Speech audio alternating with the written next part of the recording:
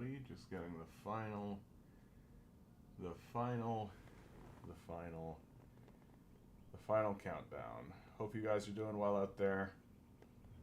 I, for my part, it'd be helpful if I was talking on the mic. I, for my part, am exhausted. Exhaustion is exactly the word. Had a very, very, very, very busy weekend working in capitalism. Probably made a good amount of money for myself thanks to the socialist systems that I operate under in the job that I have. Hopefully we'll be continuing to develop those because this weekend was especially difficult and I am 100% reeling from it. I hope you guys are all doing well out there. I hope you're all having a wonderful weekend, a wonderful day. It is getting more and more beautiful. The heat is going to be upon us soon. We have articles over on YouTube. We are looking at articles. What's the one that really struck me? Oh, I had it right at my fingertips. Yes.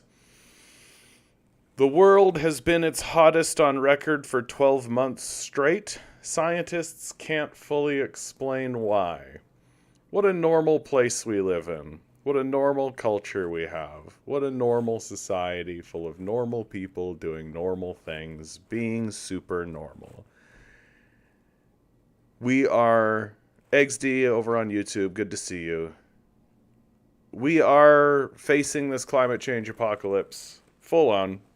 There's no reason to discuss it any other way at this stage in the game.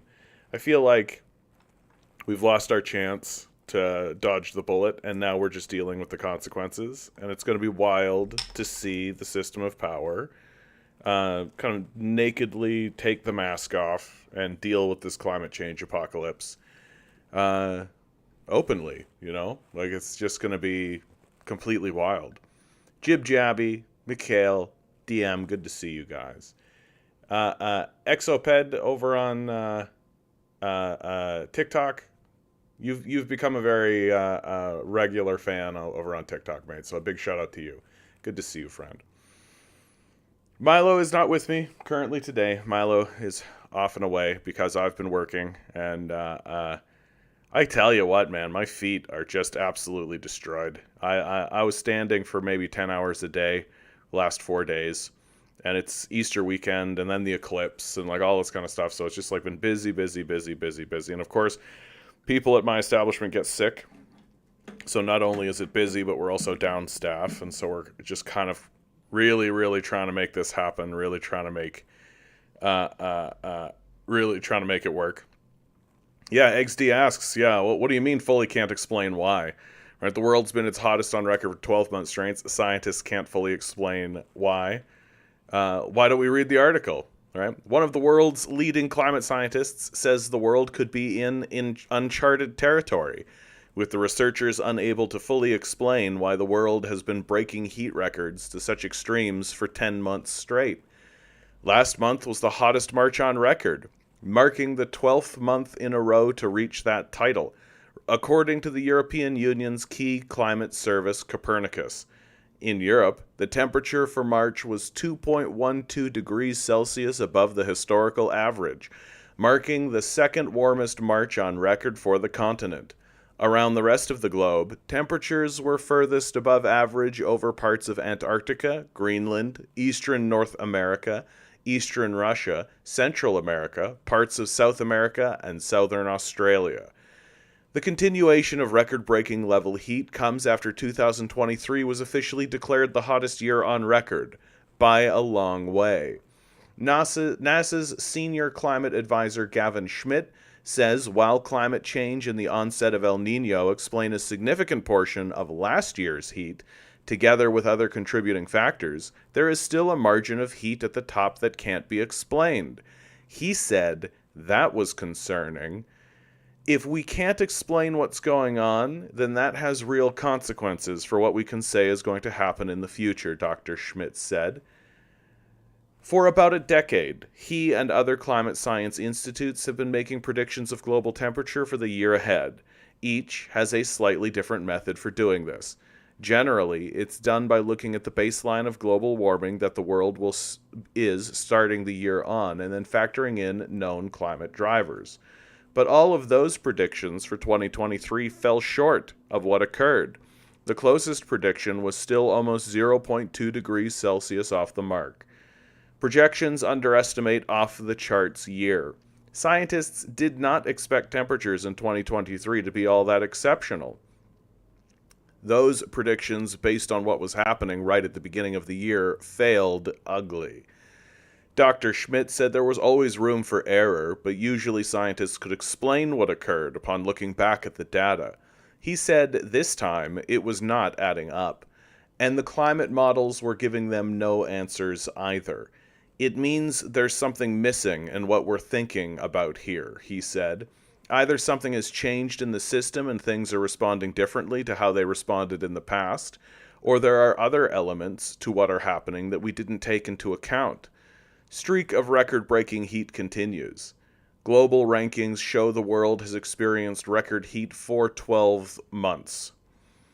What are the possible explanations? Scientists have been investigating several different possible explanations for the higher-than-expected global heat.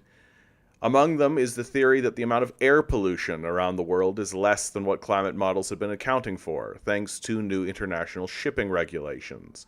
Many aerosols act like a shade to incoming sunlight, reflecting it into space, so fewer of them would have a warming effect. But Dr. Schmidt said while it made some difference, it didn't seem to be enough to explain just how hot it had been. When you put that into a model, you say, is that warming effect large enough to give you this big difference between 2022 and 2023? The answer is no. Not really, as far as we can tell. The underwater volcano. Another factor that has been looked at is the underwater volcano, Hunga Tonga Hunga Haipai eruption in January 2022, which shot ash and other particles more than halfway into space. Similar to pollution, volcanoes generally have a cooling effect, but the Tonga volcano was different.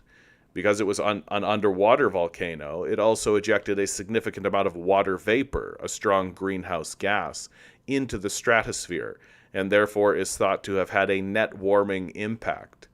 Dr. Schmidt said from what they could tell so far, this still only represented a very small change overall. The magnitude of the change is in the 100th of a degree level, so not commensurate with the size of the thing we're trying to explain, he said. The solar cycle and other explanations. Some have looked to the solar cycle for a mean of explanation, which is reaching solar maximum, something that can also have an impact on surface temperature. Solar maximum refers to the period of greatest solar activity during the sun's 11-year solar cycle. But again, Dr. Schmidt said it was not large enough to explain what they had seen in 2023. And it was baked into the calculations anyway. And maybe it was just random things happening in the Antarctic and in the North Atlantic all at once that were unconnected and are adding up. And the reason we haven't seen it before is because we haven't had 200 years of good data, he said. We're looking into these kinds of things as well. A similar climate model mystery has played out before, according to Dr. Schmidt. In the early 2000s, the trend of rising surface temperatures appeared to plateau for over a decade, despite greenhouse gas emissions in the atmosphere reaching record levels. It was something that climate scientists couldn't fully explain at the time, becoming known as the global warming hiatus. It was also used heavily by climate change skeptics as evidence that the Earth wasn't getting much hotter. However, later studies revealed that there was no hiatus in global warming. Rather, it was being buried in the deep layers of the oceans. Minor revisions to data inputs, uptake of heat by the oceans, natural variable and observations helped make that clear. Dr. Schmidt said it was something possible of a similar nature was happening this time too, and that the climate models were missing something, or the data wasn't quite right. Perhaps we haven't fully characterized the Hunga Tonga volcano, or perhaps we haven't been trafficking properly the emissions from China, because they're not necessarily the most trustworthy of global reporters. Got to dig in on the Chinese any chance you get, right? You got to be a good Westerner. If you're going to work for the EU, you got to make sure that in your reports you go, yeah, by the way, fuck China. You got to make sure you put it in there, guys. You got to make sure you put it in there, because if you don't put it in there, then people won't know whose side you're on. People will start to think you care about some kind of meta idea like humanity if you don't dig into the Chinese's, right? If you're not like those Chinamen over in China, they're the scary ones. China, absolutely, you got to make sure you do it. You can't keep your eye on the science, right? You can't keep your eye on humanity, right? Gotta affirm to everybody that you're a white supremacist and that you're on the white supremacy team, right?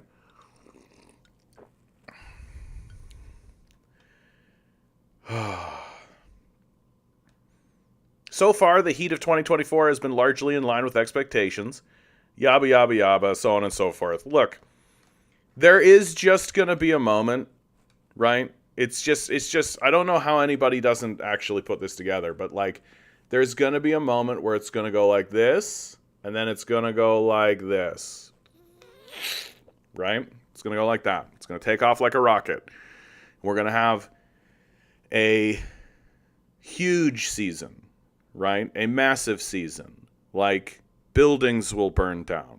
Like I just don't think people are taking this at all seriously, even a little bit. You know, like I feel like the guys that are digging bunkers and are like going into bunkers, like you're gonna roast in those bunkers, baby. Like you're gonna. Ben Shapiro is like, just turn on your air conditioning, just put on the air conditioning. Like the heat's gonna blow your air conditioners up. Like I just don't think you guys actually understand what it is that we're in for here. Like it's.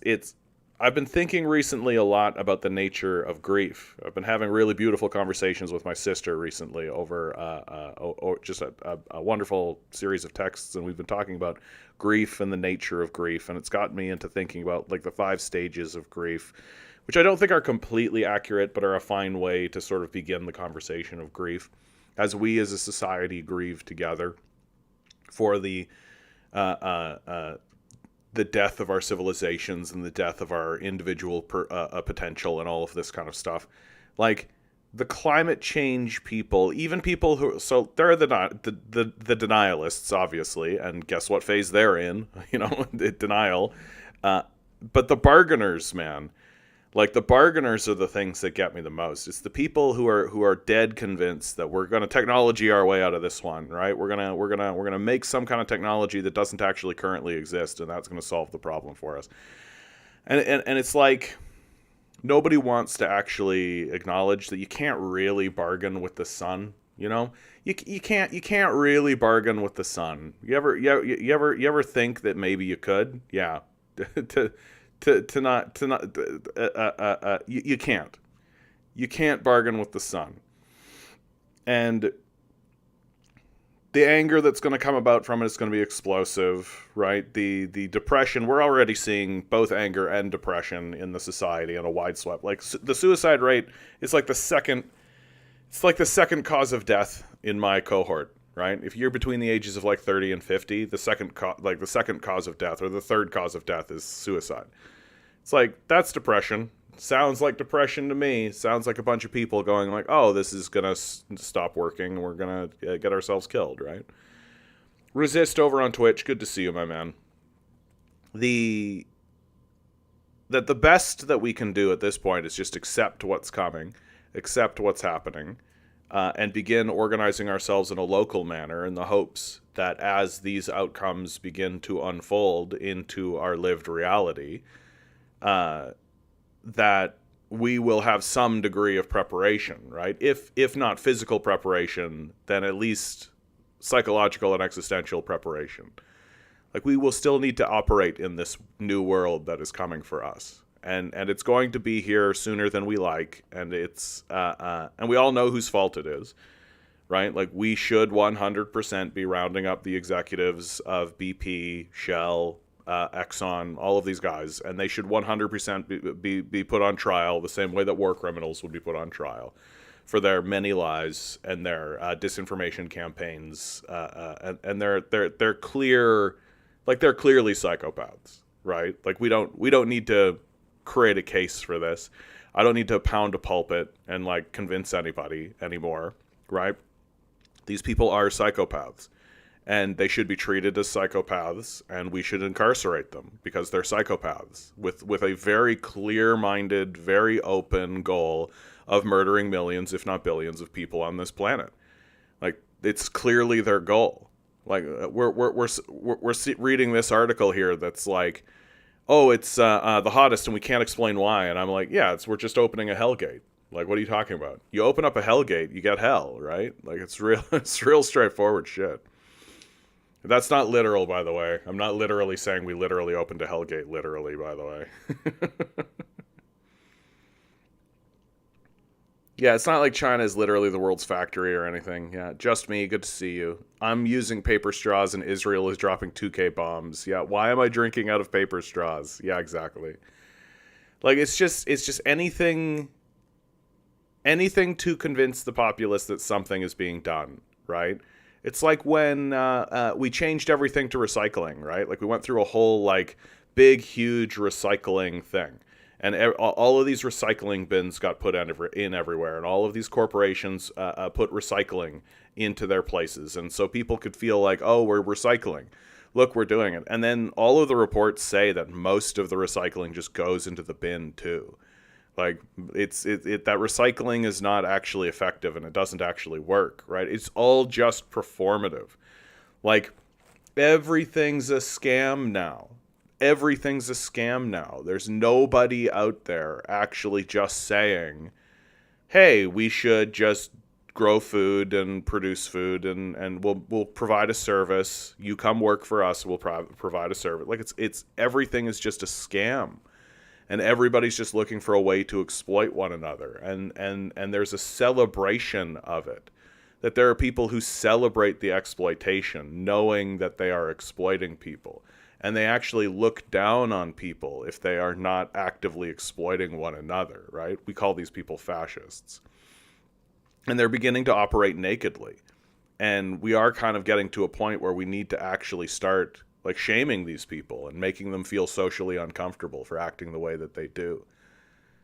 Because the consequences of, like, here's a fellow, far left anti-landlord activist launches address directory of empty properties for squatters to seize.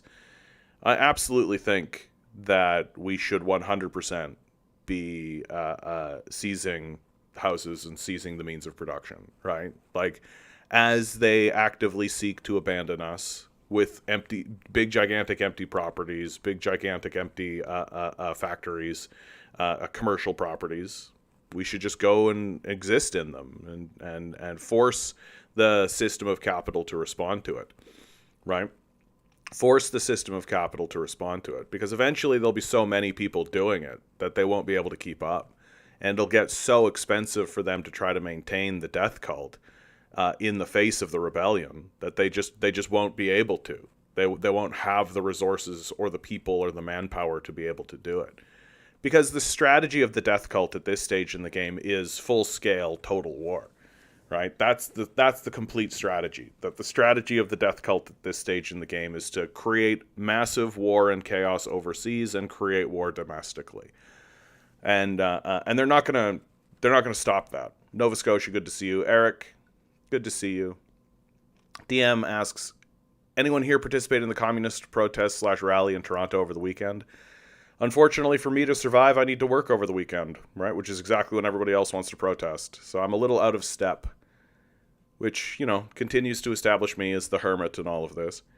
Eric writes, are some sort of gods that they are divinely appointed to lead the poor and needy, while the working class are too dumb to know how to run an enterprise without this god? Yeah, exactly. No, I'm seeing more people discuss this in religious terms, because free market capitalism is obviously a religious ideology. Like, it's not rooted in any observable scientific phenomenon, right? It is just a religious ideology. I think the big trick that the capitalists managed to pull on everybody is that they managed to convince people that they actually were interested in science and they were interested in creating a fact-based approach to everything, when they were obviously lunatic religious fundamentalists, right? Far more dangerous than other forms, because they're actively a death cult, right? So it's the only way to discuss them anymore. Like they're not serious scientific minds. That they're kooky religious fundamentalists. Eric writes, just recently I was listening to a leftist where he made an interesting critique where he said the left don't spend enough time critiquing climate change denialism. To show his claims, he went to a whole bunch of liberal channels ranging from the Serfs, Vosh, Stephen Burnell, yeah, Destiny, all those channels don't have any videos on climate change at all. Yeah. I mean, it does kind of show you. I do think that there are well-meaning commentators out there who have failed to understand that the left was systemically destroyed in this country. And I mean systemically destroyed. Like the McCarthy period literally rounded people up. Leaders were assassinated. The blacklisting was real. And so as a survival tactic, people stopped espousing this kind of stuff. And then on top of that, leftists don't get platformed. Right? The CIA isn't going to allow leftists onto the airwaves. It's not going to allow a communist to actually get on television. It's just not going to happen. And so it makes sense that people would think to themselves, oh, well, these genocidal fascists, people like Destiny, people like Vosh, right? These psychopathic genocidal fascists are the left. Because the Overton window has skewed so heavily to the right that being even a centrist is considered extreme leftism. Standing up and saying something like everybody should have health care is considered extreme leftism. Like the most at this, like maybe you could make the claim that was a leftist idea like 150 years ago. Right? But now most countries, certainly the entire developed world outside of America, has healthcare, has universal healthcare systems. Like there couldn't be a more moderate right-wing position. If you're standing there saying I'm a conservative, right, and your interest is in conserving the well-being of the society, not in conserving the wealth of the psychopath class, then absolutely healthcare is a right-wing idea. And the idea that there are people standing up being like, we should have a universal healthcare system. And somebody says, that makes you an extraordinary hyper-leftist. Well, that just shows you that the society is essentially fascist, which it is, right? Take a look at who your leadership is. Take a look at who your leaders are. In this next upcoming election, we literally, in America, you guys are literally voting between super hyper genocidal maniac fascist and obvious game show host psycho fascist. Like, congratulations, America. You're fascist. And it's really obvious. Like, it's really, really, really, really, really, really obvious. So, of course, when you're in that environment, you can fool yourself into belief, and you don't have any like historical analysis. You don't know anything about history before the 90s. Right? You can come to believe that these genocidal maniacs like Vosh and Destiny are on the left when they're far-right psycho-fascists who are just saying maybe we should also have healthcare because it's a good idea that everybody does. It's like watching the Yahtzees decide whether or not the Germans should have healthcare, right? Like it's wild. So like and this is going to continue as the society falls into a major decline, right? The only voices that are going to get onto CNN and MSNBC and all this are going to be fascists. Right? They're not going to platform people like me. They're not going to talk to people who are actually saying like, yeah, the system has obviously failed. Like very obviously the system of privatization is a complete and total catastrophe, obviously. Like I think you have to kind of be brain dead at this point, like flat earther brain at this point to think that the system of private capital is actually working, right? That now the conversation as far as I'm concerned is, do we actually engage in concessions bargaining with the psychopath class, or do we just take everything away from the psychopath class? That to me is the only conversation worth having at all. I think it's rational for people who believe that we should be negotiating, right? I don't think we should be negotiating. I think that we should be organizing ourselves with the intention of taking these institutions away from these people because they're psychopaths and it's obvious, right? That the people who are standing up and saying, hey, let's pass a basic income. Hey, let's increase the minimum wage. Hey, let's negotiate to get the rent down and all this kind of stuff. Like well-meaning people, right? I'm not trying to shit on those people, on the people who are standing there being like social democracy, concessions bargaining, right? I am here to tell you that you're being naive. The people who are in power are psychopaths. They don't care about you. They're not interested in helping you. They are here to extract as much value as they can get out of you, and the minute they can't, they're going to abandon you. That's what their MO is. That's what they're going to do. And it's inevitable that that's what they're going to do. Like, the minute the grocery stores can't make a profit from you any longer because they've extracted as much wealth as they can, they will shut their doors and they will leave, and you will starve, and they will be fine with that. Like, we have to take these places away from these people. They are psychopaths. Like, we have to make sure that the food distribution network is secure. We have to make sure that the food production facilities are secure. We've got to make sure that the system of capital is removed from these institutions because they've gone psychopathic and they're going to destroy us. Without a doubt, 100%. The moment there's even a moderate crisis, they will just lock the door and watch us starve in the streets. Like, that is what is coming for us 100%. And so if you want to get yourself into a position where you think you can negotiate with those types of people, right? Well, I'm here to tell you that you can't. And that what we should be doing is organizing to make sure that when that happens, we walk in there and keep the place running. Because we don't need them to make these places run. We don't need them to actually make all of this work. We just need to make sure that the workers understand that we don't need to ask them permission, right? Like, that's what this is all about. That's what a revolution actually is.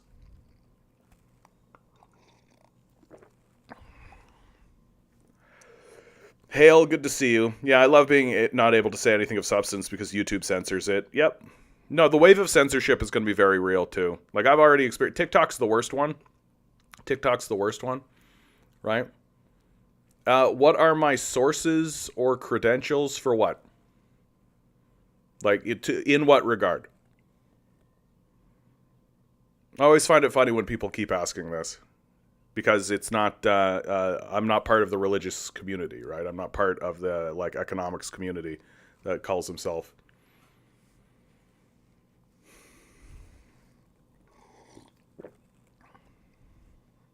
Got a leaflet from Socialist Alternative a few weeks ago at an outing. Okay. Throwaway asks, regarding organization, is joining Socialist Action Canada more effective than joining the Communist Party of Canada? I think that it's just whatever is happening locally. Okay? Like, look at your local community. Look at what's going on locally. When you show up to your local organization for, let's say, Socialist Action, and there's 30 people there, right? And then you show up for your local Communist Party, and there's 2. Okay, well, you know which way you need to go, right? Like, and it's all local at this point. I understand that we're trying to create, like, a solidarity movement kind of on a federated sense, but it is local. Right? Like, I am here to act as a solidarity group and to give people solidarity and hopefully give people connection to one another and all of that. But at the end of the day, and when I mean locally, I mean your neighborhood. I mean literally the buildings that are around you. Literally, if you are in a site, if you are on in a building, it's the guy that lives in the unit next to you. That's local, right? And it's all going to become local politics. We are being abandoned federally. The federal policymakers and the federal systems will simply vanish or become just worthless, right? Like, I actually make the argument that the federal government of Canada is fundamentally worthless now, that it actually doesn't do anything of value for anyone. It exists to be political theater and to distract people away from their municipal, local party politics. And that's what politics is going to be and is going to become. And so we should be practicing that. We should be practicing local politics because it literally will be, that's what politics is. Because the federated systems and all of these overminding systems will simply have vanished. They'll cease to be of note. Like, maybe you can go vote technically, but it's like going to the Legion Lodge and voting for, like, which woman wore the prettiest dress. It'll have that same kind of effect and impact. It'll be meaningless, as meaningless as it is now, and it is meaningless. It doesn't result in anything. It's a theatrical show designed to distract you and pretend as though the corporate power structure that exists in the society is not actually the ruling class, which is so clearly the truth. Right, that we have collapsed ourselves into a neo-feudalism. The corporate power structure matters far, far, far, far more than Trump or Biden or any of these guys, right? Raytheon matters more than Joe Biden, right? Like, Joe Biden works for them. It's not the other way around. Like, in the technical world of technicality land, like, Joe Biden could sign a piece of law that Raytheon would have to abide by, but that's not how that works. Like, legislation is wrote within the boardrooms of Lockheed Martin and Raytheon, and then handed to people like Joe Biden. So so as the system actively works to abandon us, because that's exactly how it's going to be, we need to be turning locally, right? It's nice to come to places like this, and it's nice to meet people across Canada or the United States. It's nice to know on a solidarity level. But when it comes to like real, like, where's your food going to come from? How's your water going to be cleaned? Like, where are you going to go to organize community events or anything like that? It's literally the people who live in your building. And so that's what I am encouraging people to do. And I don't think that we have the luxury of being fundamentalists or precious about any of this stuff. That if you walk into an organization and it's the Communists of Canada and there's 4 people there, right? And then you walk into a socialist democracy kind of thing and there's 453, well, you know where you're going to go. And it's that clean. I just don't think we have the luxury of being fundamentalists. It's just the hard truth. And we can continue standing up and telling the truth. Like, if you walk into an organization and they're fooling themselves into thinking we'll do concessions bargaining, they'll pass a basic income and that'll make everything work, right? It's just you can stand up and be like, it's not going to work, right? These people are psychopaths. Like, it's so obviously a theater show that they're putting on just to distract you and just to continue your adherence to a system that's in decay. But at the end of the day, they're there and you need them. So keep showing up. Jib Jabby writes, yeah, got a leaflet from Socialist Alternative a few weeks ago. Yeah, and I think it's important to remember everybody's trying something now. And it's going to be very chaotic.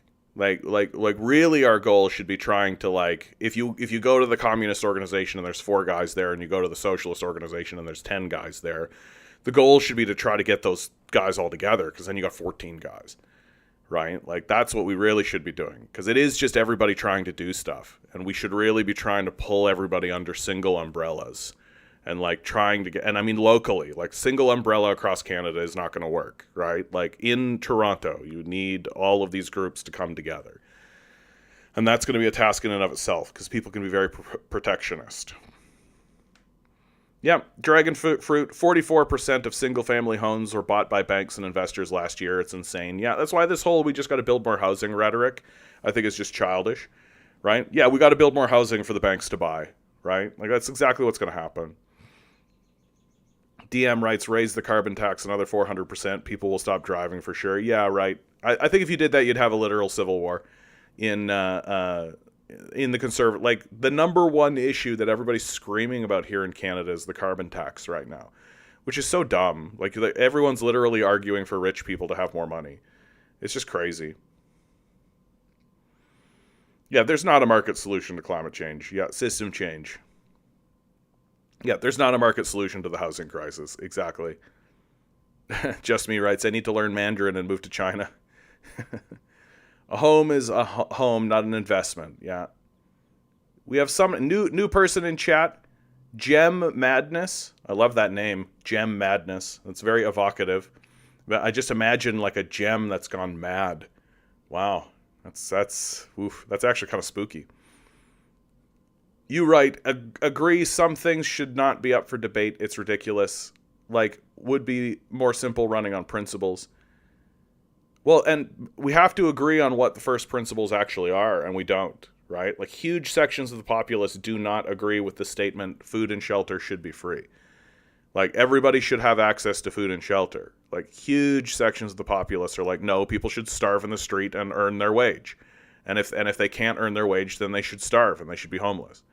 Right? So if you can't agree on that, basic principle that like everybody should have access to food and shelter and that's just rational, then you can't really build a civilization, Like making sure everybody has access to food and shelter is like number one.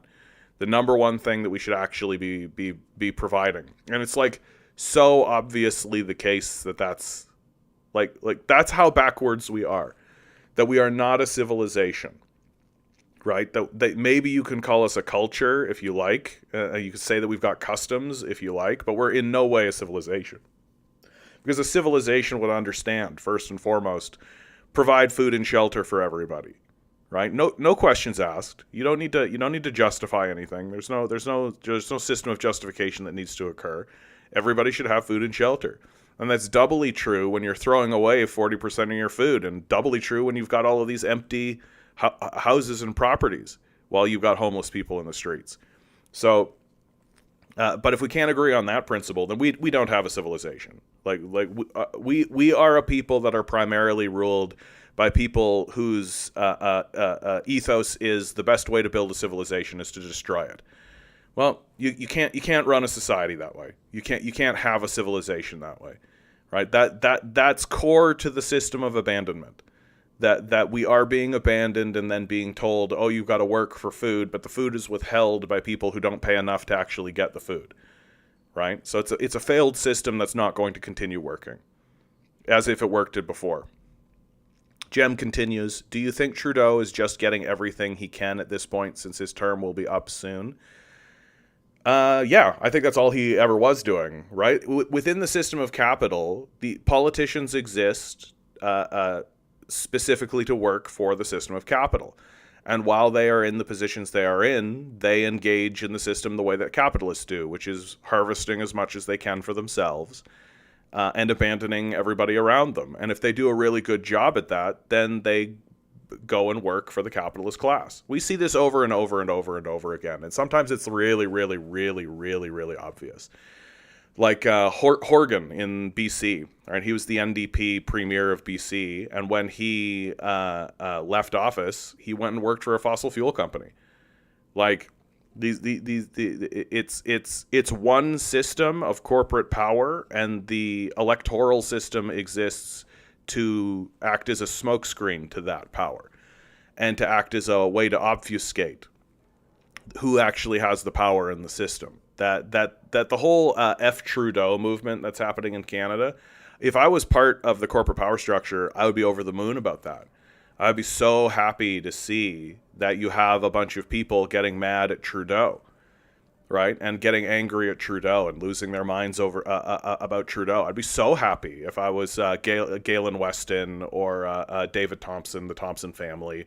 If I was the Royal Bank of Canada, right? Like CIBC, if I was any of these organizations, I'd be like, oh, wow, they're all standing up and blaming Trudeau for the things that are obviously our fault. The things that are obviously the fault of the system of capital, and the things that are obviously caused by the system of capital. And everybody's just going, F Trudeau. Oh, thank God, because that means they'll vote for another capitalist. And they'll just keep putting capitalists into power, and then keep scratching their heads being like, man, we keep voting for capitalists and the same things keep happening over and over and over again. Well, better keep voting for more capitalists. And it's just how it's going to be, because we're not actually very intelligent people. We're primarily emotionally driven. We're not actually interested in solving this problem. And I think the big thing is that people are so heavily propagandized that they actually genuinely believe that fraudulent liars who have done nothing but lie to them their whole lives are 100% telling them the truth about communism, right? Yeah, we're so easy to pacify. Like it's so simple. Like we're not a very intelligent people, and it took a lot of effort to make us this dumb, and it's worked. It's succeeded, and so now we're trying to recover from that. We're trying to recover from the systemic stupefying of the nation, but it takes a lot of time and it takes a lot of effort, and reality itself is doing a really good job of it.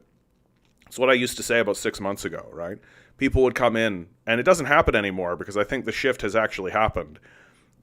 People would come in and they would actually say, John, how do we convince people? How do we convince people that socialism or communism is needed? And I would just say the same thing again and again. I was like, yeah, keep talking your game, right? Keep shining your light out there to let people know who you are.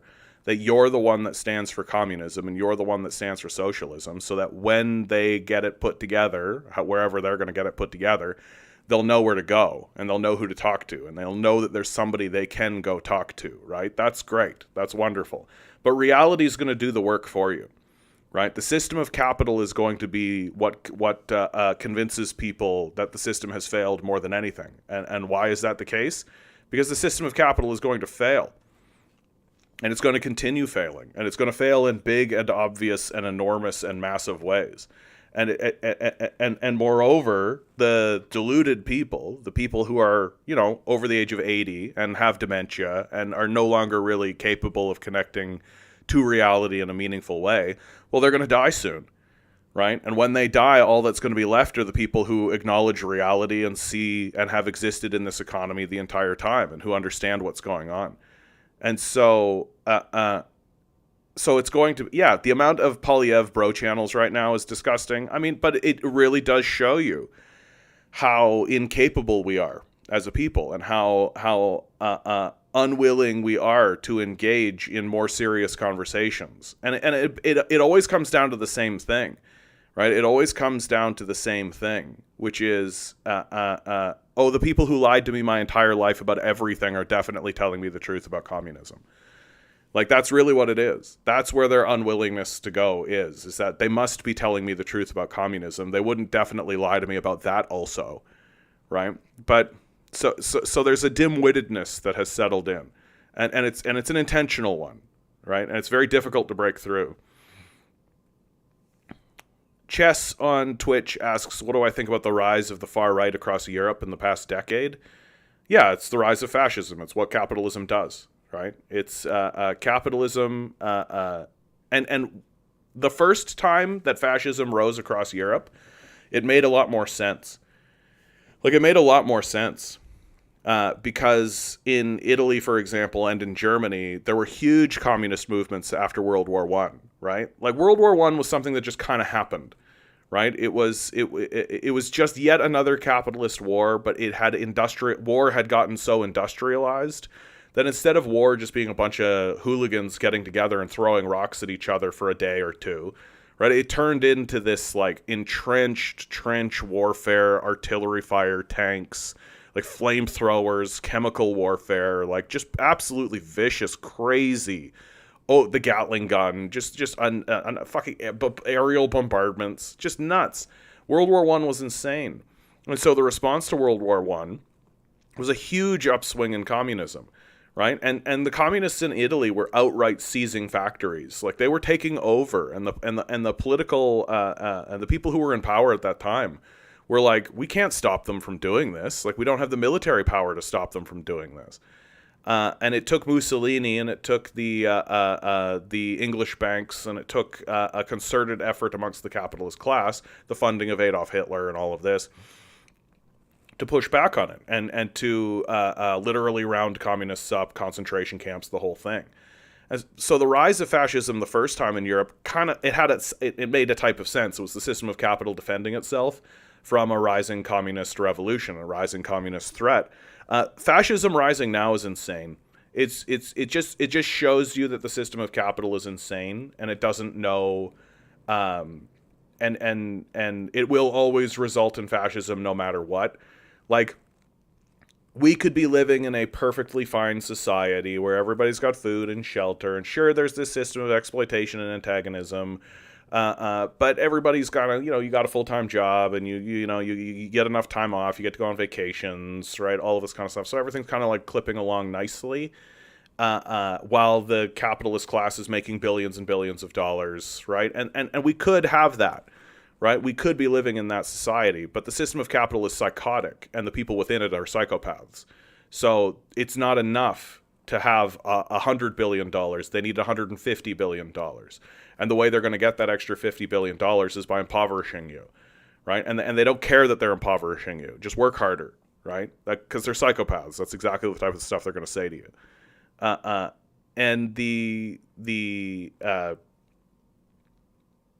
And so the rise of fascism across Europe is an inevitability because it's what the system of capital eventually does.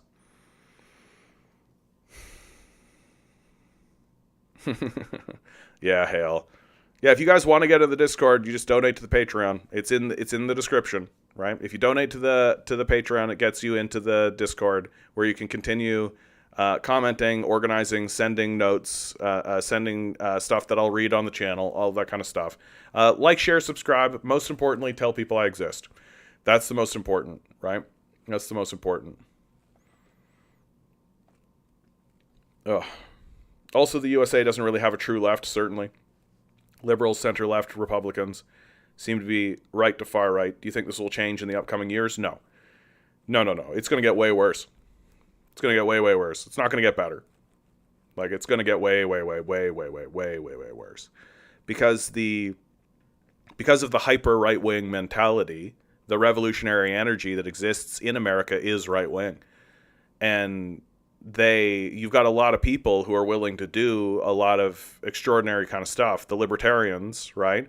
Well, they're gonna do what they're gonna do, and then they're gonna sacrifice themselves to the system of capital again, right? Like they have no theoretical basis for how to do anything, so they're just basically going to be like Ubermensch fascists.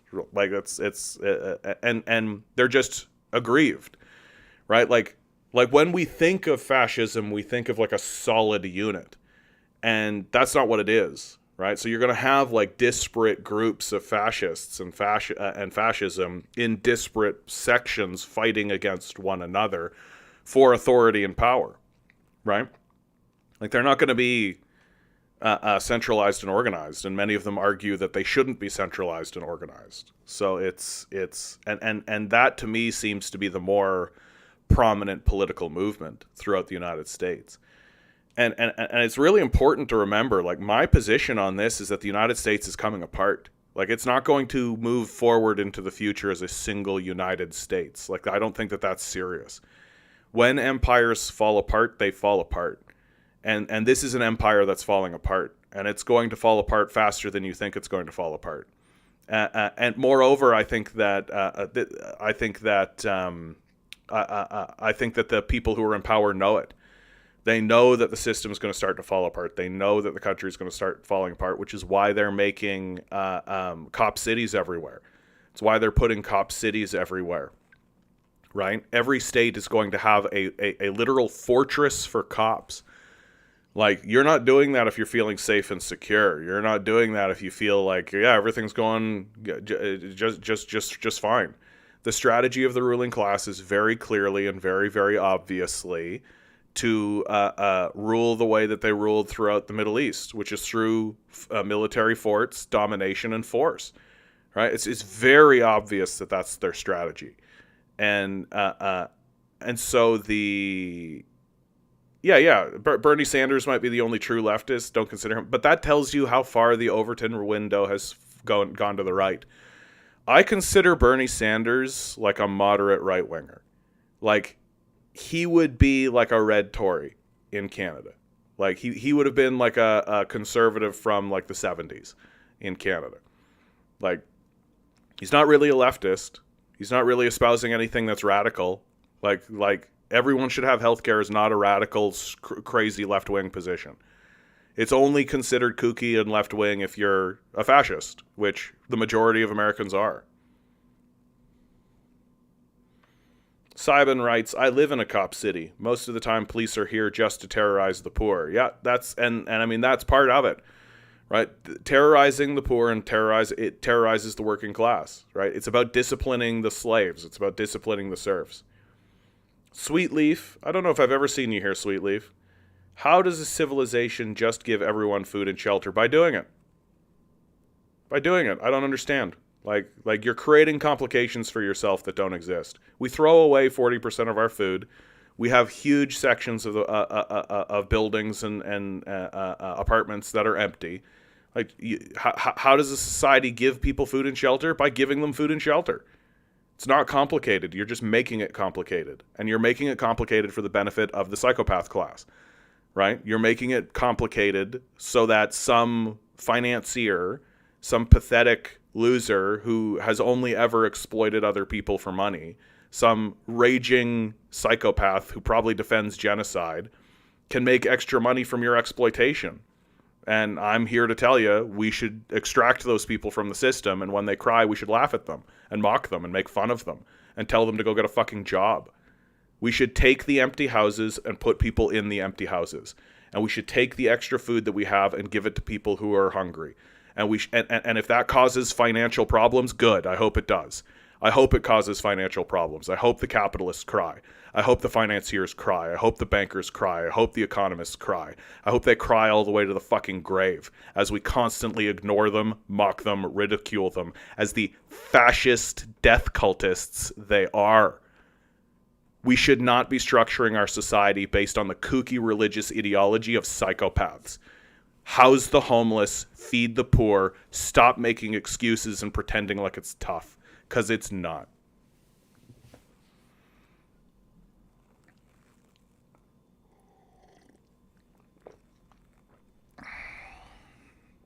Oh, Eric, you actually listened to the Jordan Peterson, Steve Bonnell debate? Ugh. I couldn't be arsed for that. It's just listening to two genocidal maniacs debate over, like, nothing, essentially. Like, basically the only reason you're watching that debate is if you're, like, a Destiny bro. That's all. I don't even really understand why Jordan Peterson did that debate. Like, it just seems to me like, honestly, it looks to me like what the Daily Wire is doing is vetting Stephen Bonnell. That looks like what they're doing. That the goal is, I think, for them to get Stephen Bonnell on their side and to hire Stephen Bonnell away from the Democrats that he works with, right? Like, Stephen Bonnell is kind of on the fringes. Destiny is on the fringes of the Democratic Party, right? He's not in the core of the Democratic Party. He's in like a group of the Democratic Party. And they pay him to be a genocidal maniac, so he is. And now he's having all of these debates with Ben Shapiro, and now Jordan Peterson, and it just looks to me like they're vetting him to see if they can get him on side, and maybe he can become like a junior partner or any of this kind of stuff. So, because like fundamentally, Destiny doesn't disagree with these guys on much, right? Like, he is the epitome of, like, when I say that the liberals and the conservatives are allies, and when Republicans or Democrats are allies, Destiny is proof positive of that. He's an ally. He's not against these fascists. He works with them, right? And when the time comes, he's going to bend the knee. Adam, good to see you. I've been talking to Adam, and I'm glad to see that you found your way here. So, listening to this, with the people that I am organized for the strike, good for you, because I'm planning for it to fail for the reasons you're talking about.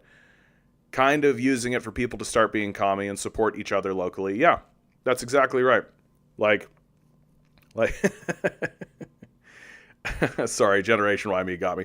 Mr. Borelli! Yeah. I think that the people who are saying let's have strikes and let's have concessions and let's do all that kind of stuff are well-meaning, right? I think they're being hopeful, right? But they're in the bargaining phase. They're in the bargaining phase of grief. That's where they are. They're not in denial anymore, right? Everything's gone off the rails, and it's really obvious that it's gone off the rails. But now they're stuck in bargaining, and they think that they're going to be able to negotiate with these psychopaths. They're not going to be able to negotiate with these psychopaths. It's just absolutely the truth. Adam continues, if that's a way I can use what I am doing to help the people involved a lot, what are you saying makes sense? I'm just so new to this. Yeah? Well, we're all new to this. Like, we are all new to this. And it's all happening all at once. People like me are rare, okay? Like, I'm a rare oddball of a person who was only like 1 or 2 years out, right? I was looking down the pipe and looking at the information and saying, okay, things are coming. It's right down there. And I was only 1 or 2 years ahead of the game in terms of just being able to see that.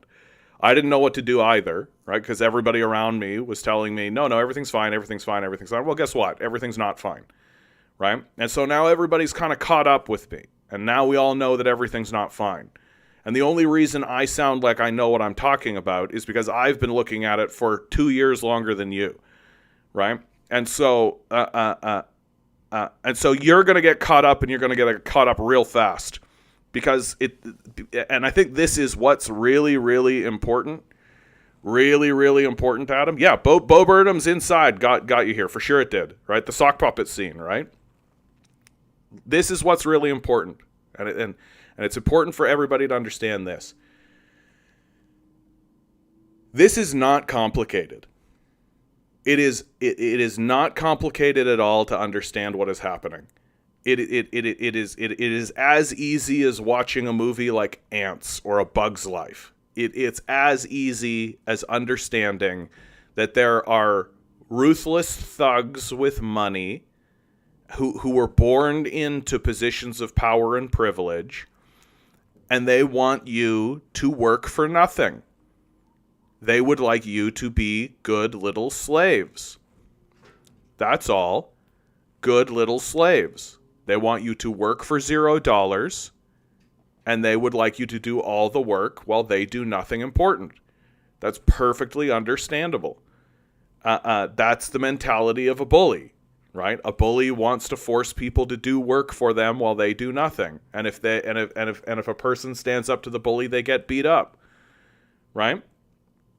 The solutions to the problem are just as simple.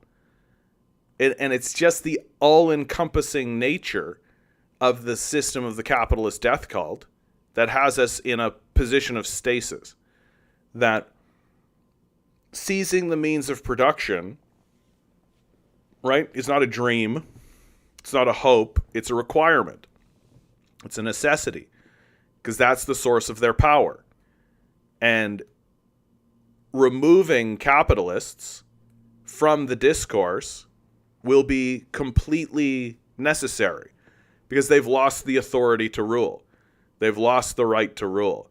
And the only reason they are continuing to rule is because they have thugs with guns that are willing to protect them. And how do you, we got two people here, Gem Madness, right? Hard to know where to start. It starts with your neighbor. It starts with the people you are working with in your workplace. It starts with the people who are directly beside you.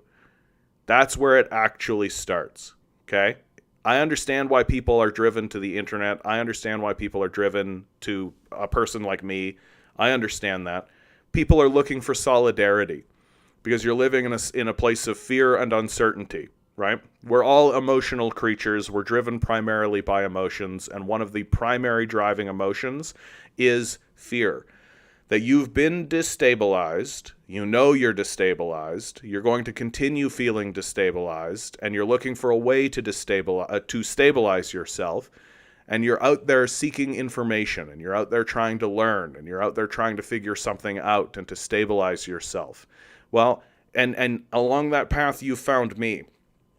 Well, I might be able to point you in a direction, but the truth is that my power is limited to the scope and scale of what we're having right here. That it's up to you now. It's up to you to talk to your neighbors. It's up to you to build consciousness in your workforce, build consciousness, increase the imagination. If you're in a position where you're already getting people into strike positions, you're already doing really well, right? You're already doing really, really well if you're in that position, right? And it's about manifesting these things into reality, because my position is that we're going to have to do it one way or the other, so we might as well get ahead of it. That the system of capital is going to go into an abandonment phase. It's going to happen sooner than you like, and you're going to have to deal with your neighbors then anyway. So you might as well deal with your neighbors now, and you might as well get into a position now. So it's... yeah, it's going to be difficult work to do, and it's going to be exactly that. And it's going to require a lot of courage, because you're going to confront people who have completely drank the Kool-Aid, right? Who have completely drank the Kool-Aid of just get a better job, just do all that kind of stuff, right? Like, you're going to find those people, and you just have to learn how to deal with it. Simple as that. And honestly, this is where things get a little bit hoobu-jubu when I start talking about this, right? Start taking seriously your emotional self. You are primarily an emotional person. This poster I have behind me with the chakras, that's not there because I think it's colorful and pretty. It's there because I think that that's a useful guide for you to begin a serious pursuit of your emotional self. Because if you don't have control of your emotions, or if you at least don't understand what's going on when your emotions are coming into play, then you can get whisked away by them. You can get whisked away by them.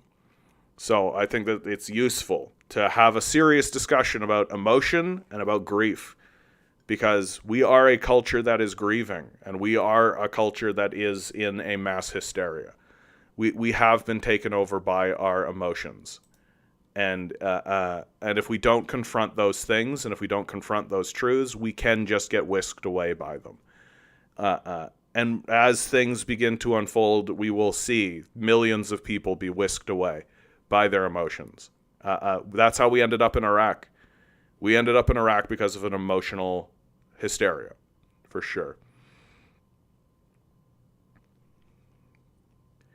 Mikhail, good to see you.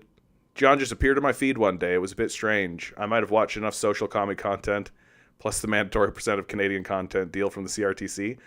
Let's just chalk it up to fate, Mikhail. Simple as that. Shadow Man, good to see you, bud. It's been a while. It has been. I just wanted to chime in and say that the system wants you to feel apathetic and revolting because it serves the status quo. And I think this is a main propaganda point they like to espouse. Yeah, that sort of sense of helplessness.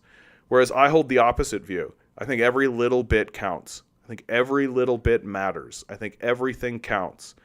That one thing is going to lead to another, that's going to lead to another, that's going to lead to another, right? That you shouldn't feel discouraged about the small scaleness of what it is you're doing, because that small thing that you're doing is still better than zero, right? That we should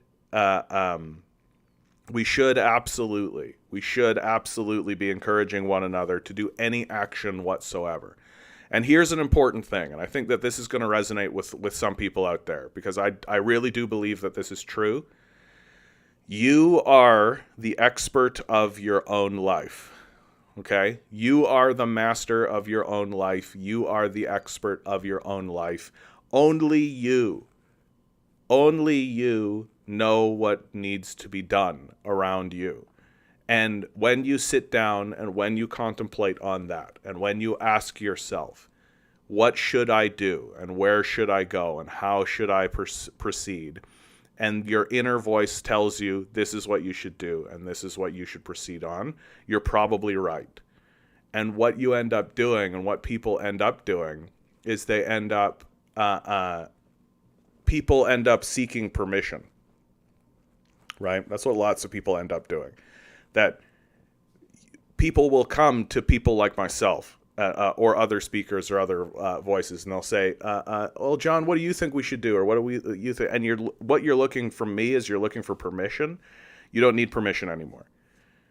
You are the expert of your own life. You're already on the right path by saying something's gone wrong and we should care about one another. You're already on the right path, right? You're already doing that. So trust your own self and trust your own instincts. Listen to the voice that's inside of you and follow through. That's really the truth. Is that we don't understand why we're here as a species or as a people. We don't understand why we're spawned in. We don't know anything about this reality whatsoever. We do know that there's an energy underpinning this, and we know and we know that we are here to achieve something greater than simply making money for people you've never met, doing jobs that you hate to do. So really, quite in all seriousness, sit down in a quiet space and contemplate it. And you're going to come up with the better solution than I will. And that's a guarantee. And you can read Lenin if you like, What Is to Be Done. You can read all this kind of stuff as much as you like to do. Right? And you can learn. You can read Marx, and you could read Stalin. You could read Trotsky. You could read Mao. Right? But at the end of the day, you're the one that's going to know what to do. So just do it.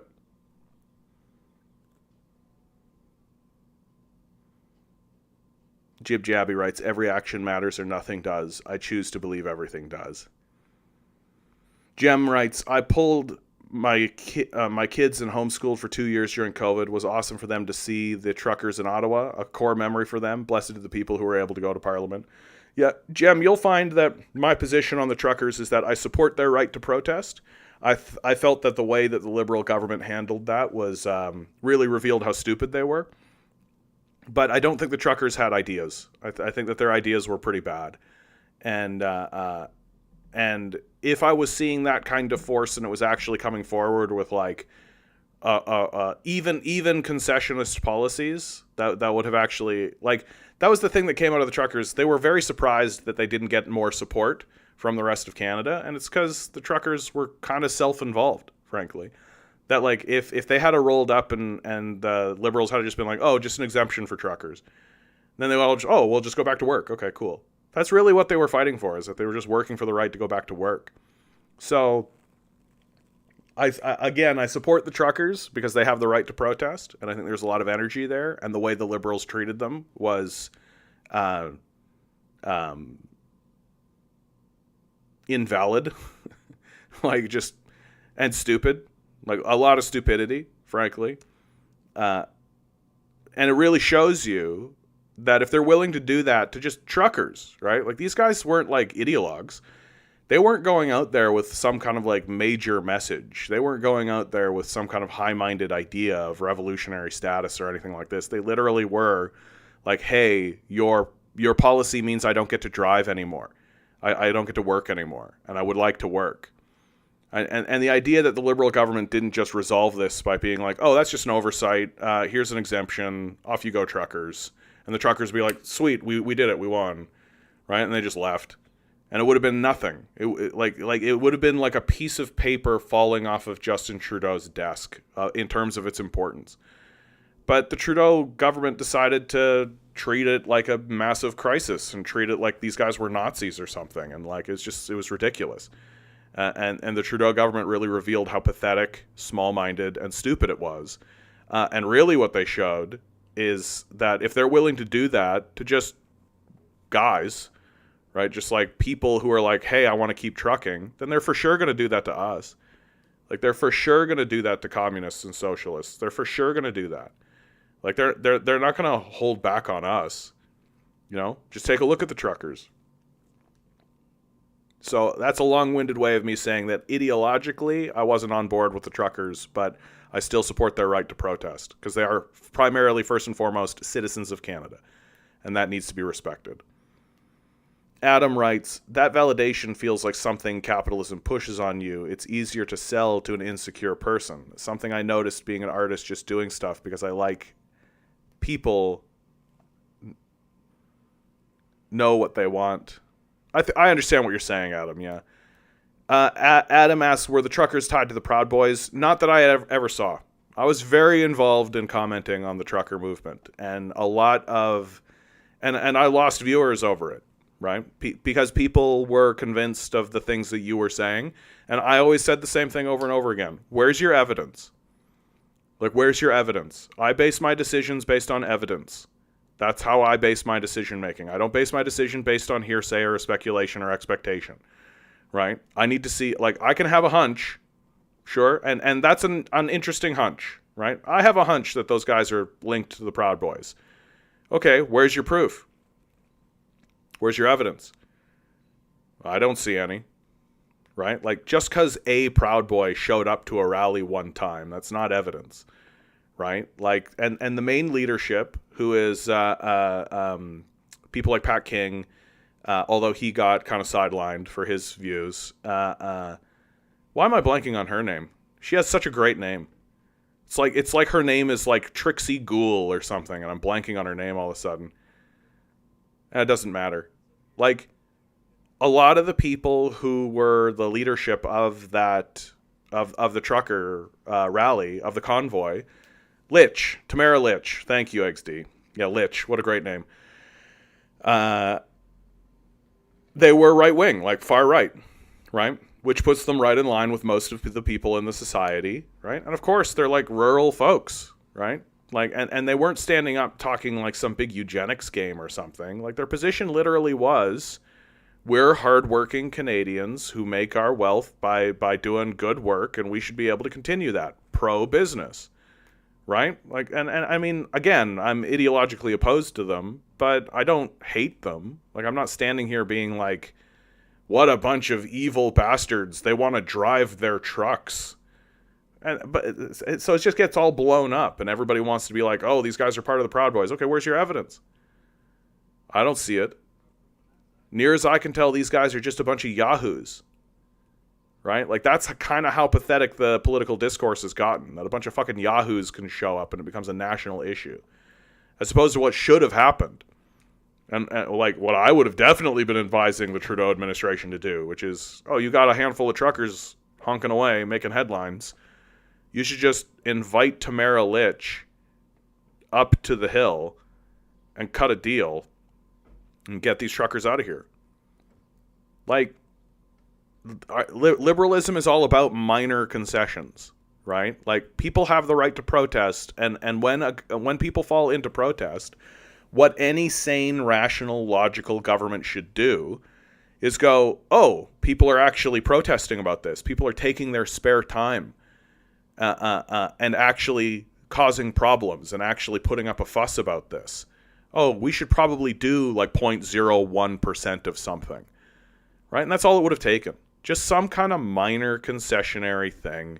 And the idea, the hysteria-based idea that these guys were going to be a big, giant vector for COVID, it's just hysteria. I've never seen any evidence of that. It doesn't make any logical sense at all.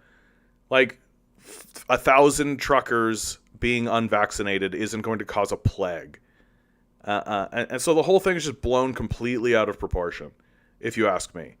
And the truckers have actually larger grievances now, right? They had their bank accounts frozen. They many of them got incarcerated. There was a whole police action that happened over this. Like, I feel like the truckers have an even larger grievance than they did before. When the government could have and the entire time I was saying, I don't know why I'm supposed to be more critical of a bunch of yahoos from Manitoba than I am about the fucking government. Why am I supposed to only put my critical eye and my critical ire against a bunch of just rural folk instead of the literal fucking government?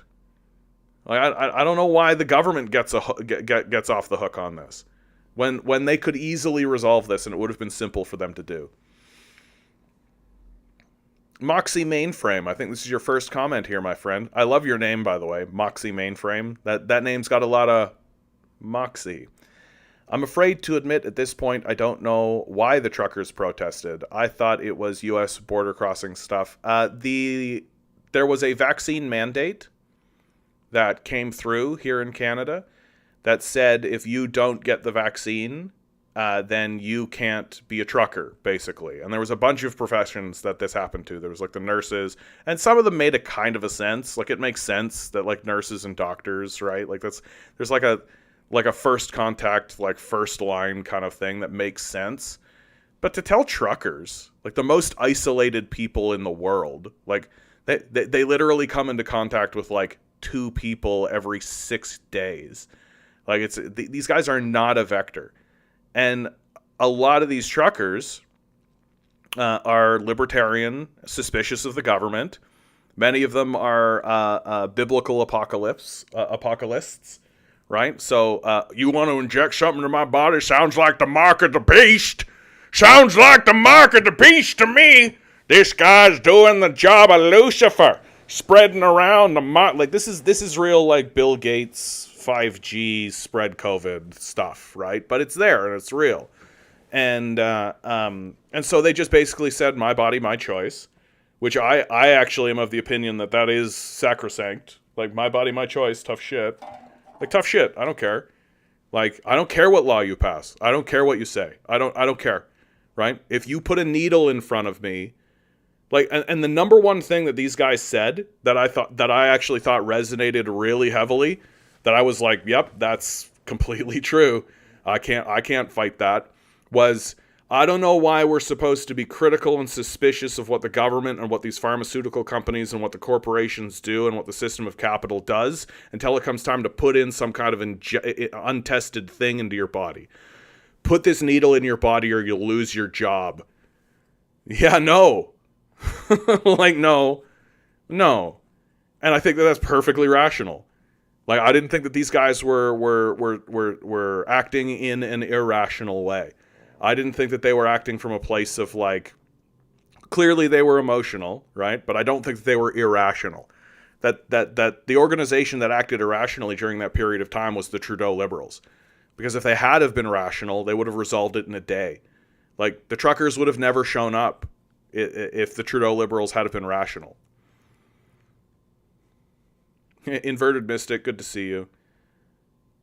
I can't wait to sell myself as a commodity to Jeff Bezos. Yeah, we're already doing that.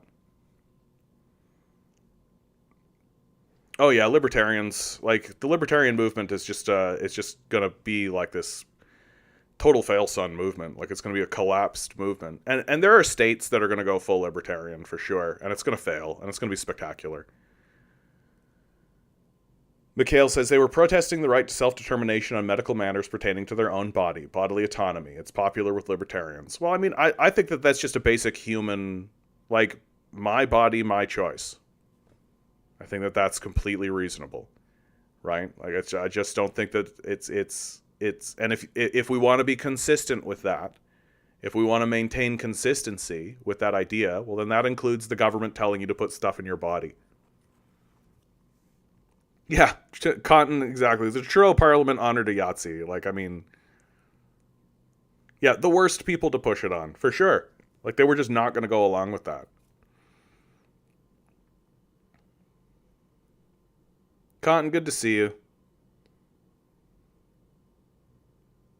Jem writes, I think it came down to the removal of free will. The pharmaceutical company has, up until that point, been a voluntary decision to subject yourself to. Yeah. Like, that you're dealing with contrarians, and I think that's right. Like, these people are contrarians, and I think it's fair to point out that, like, it's about there's a lot of mistrust in the society and in the civilization right now. There's a lot of mistrust, and it's well earned, right? We've really earned it. We've created a society that basically says the way for economic prosperity is for everyone to compete. Right? This is the big solution that everybody's talking about now. Like, oh, what we need to do is we need to break up these monopolies and create competition. As if that's healthy, as if that's a good thing for us to do, as if the way to build a society and to build a civilization is to have everybody fight one another all the time. Like, no wonder, right? No wonder we're in this collapse. No wonder we're in this situation. No wonder we're in this kind of a perpetual getting our asses kicked kind of thing. Like, yeah, China, for all their lockdowns, actually didn't enforce vaccine mandates. And the moment their people fell into protest, the Chinese government responded. The lockdowns were lifted when the Chinese people started to protest them, right? Because, again, like these institutions aren't like perfect, holy, sacred institutions. They're just being run by people. And it is like a constant negotiation back and forth. But it's whether or not it's who your institutions are working for and for what principle and on what basis, right? And are they responding to you? And of course, our institutions are not responding to us anymore. They stopped responding to us a long time ago. And instead of actually focusing on what we need, right, what are they doing? They're going around and gallivanting around, causing war wherever they go. Here's an article from Medium that I've intended to read, right? Again, TikTok, this is Medium, okay? This is an article that is real, it exists. Please don't ban me for reading a Medium article that's published. Thank you. The United States was involved in the 2014 coup in Ukraine that overthrew the Yanukovych regime. The events of 2014 in Ukraine remain etched in history as a tumultuous period marked by political upheaval, protests, and geopolitical tensions. Amidst the chaos, the role of the United States came under scrutiny, with questions surrounding its level of involvement and influence. Let's delve into the complexities of this chapter and explore the evidence that sheds light on America's role. The narrative: a deep state project? Pundits across the spectrum have debated Ukraine's struggle against Russian aggression. One prevailing belief unites them: the conviction that Ukraine is not merely a democracy fighting for survival, but an American deep state project. According to this narrative, a 2014 coup orchestrated by Ukrainian far-right extremists, allegedly backed or engineered by the U.S. State Department, installed a regime in Kiev. The Yanukovych regime and the Maidan uprising. Before we dissect U.S. involvement, let's set the stage. The Yanukovych regime, corrupt and brutally authoritarian, faced widespread discontent. In late 2013 and early 2014, the Maidan, Independence Square protests, rose against Kremlin-friendly President Viktor Yanukovych. While the protests were not orchestrated by Washington, the United States did exploit the momentum of the Maidan uprising. The infamous phone call and opposition figures. An infamous 2014 phone call between Victoria Nuland, U.S. Assistant Secretary of State for European and Eurasian Affairs, and Geoffrey Pratt, U.S. Ambassador to Ukraine, fueled conspiracy theories. They discussed the role of various opposition figures in Ukraine's post-Maidan government. Although the leaked call provided factual nuggets, it did not prove orchestration by the U.S. Instead, it highlighted the complexity of the situation. The U.S. commitment to Ukraine since 2014 has been multifaceted. It includes military aid, economic support, and diplomatic backing. Initiatives like the National Endowment for Democracy and U.S. aid aimed to strengthen Ukrainian civil society and influence political change. However, the full extent of U.S. involvement remains debated. Russian President Vladimir Putin accused the U.S. of orchestrating the 2014 coup. Yet the events were an enormously complicated affair with multiple actors. While the U.S. played a role, conclusive evidence linking it to the coup remains elusive. The truth lies in the intricate interplay of geopolitics, local dynamics, and historical context. In the mosaic of 2014's Ukraine, the U.S. brushstroke is undeniable, but not monochromatic. It painted both democratic assistance and geopolitical maneuvering. As history unfolds, the debate continues, leaving us with a nuanced understanding of a pivotal moment in global affairs. The USA seeks influence in the region.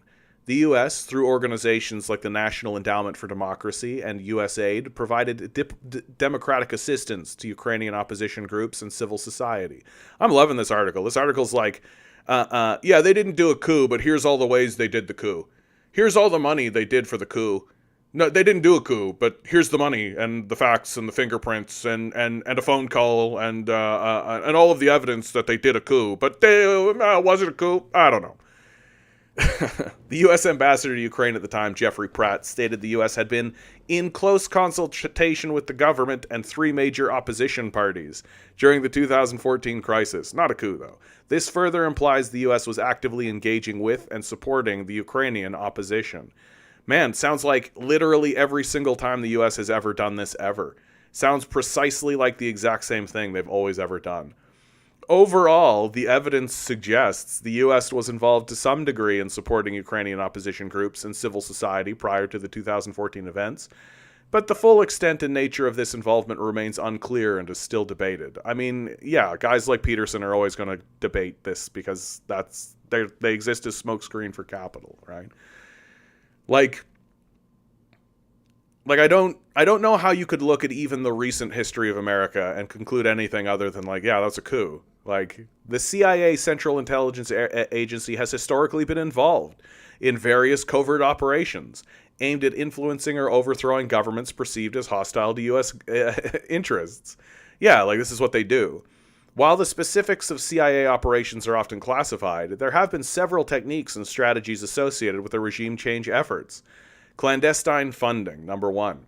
The CIA has been known to provide financial support to opposition groups, political dissents, or military factions within a target country. This funding can be used to finance propaganda campaigns, purchase weapons, or destabilize the government, right? 2. Propaganda and psychological operations. The CIA has utilized propaganda and psychological warfare techniques to undermine the legitimacy of targeted regimes and sway public opinion against them. This can involve disseminating information, funding opposition media outlets, or conducting covert influence campaigns through social media and other channels.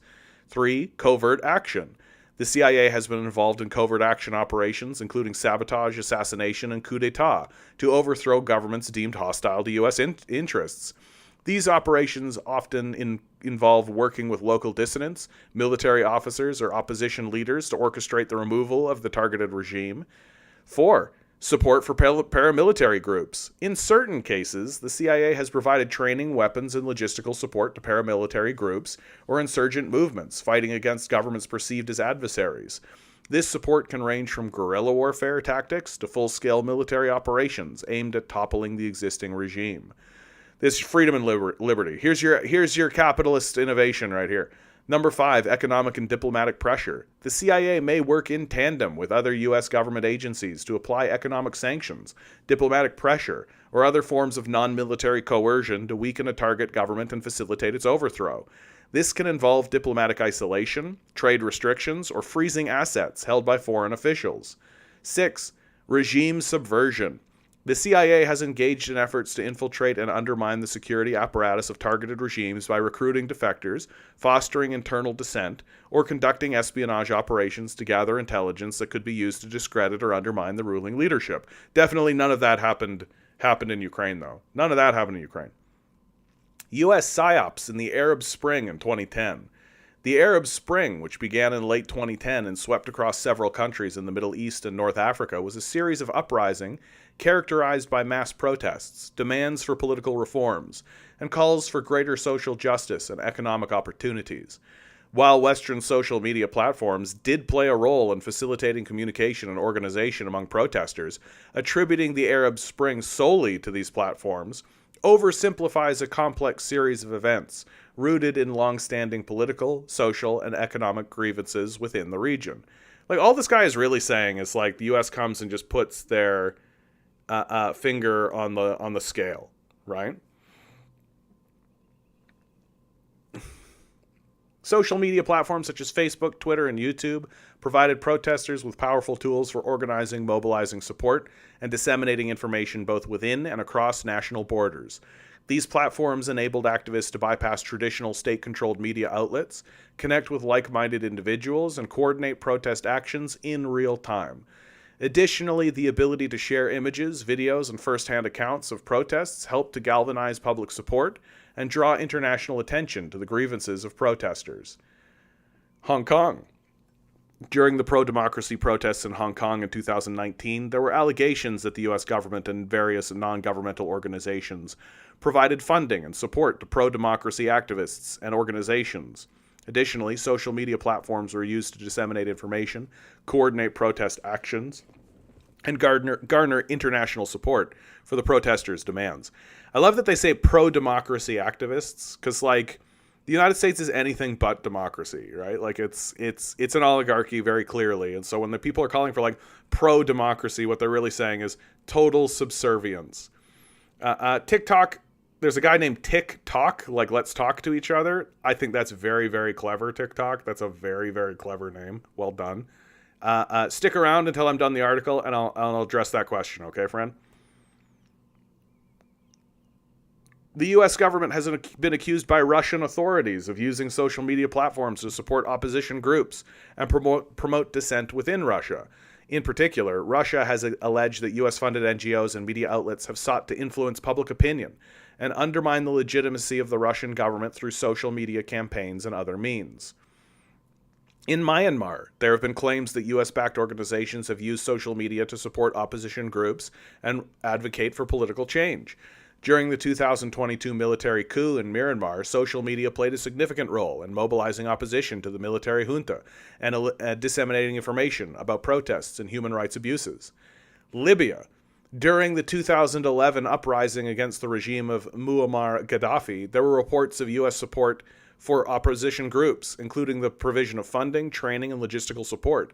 Social media platforms were used by opposition activists to coordinate protests, disseminate information, and garner international support for the overthrow of the Gaddafi regime. We literally have Hillary Clinton confessing to this one. Like, it's sort of odd not to point that out. Regime change in sovereign nations: Iraq, Afghanistan, Libya, Syria, ongoing. Ukraine. Venezuela, ongoing. In the sordid saga of international relations, one recurring motif stands out like a festering wound on the body politic.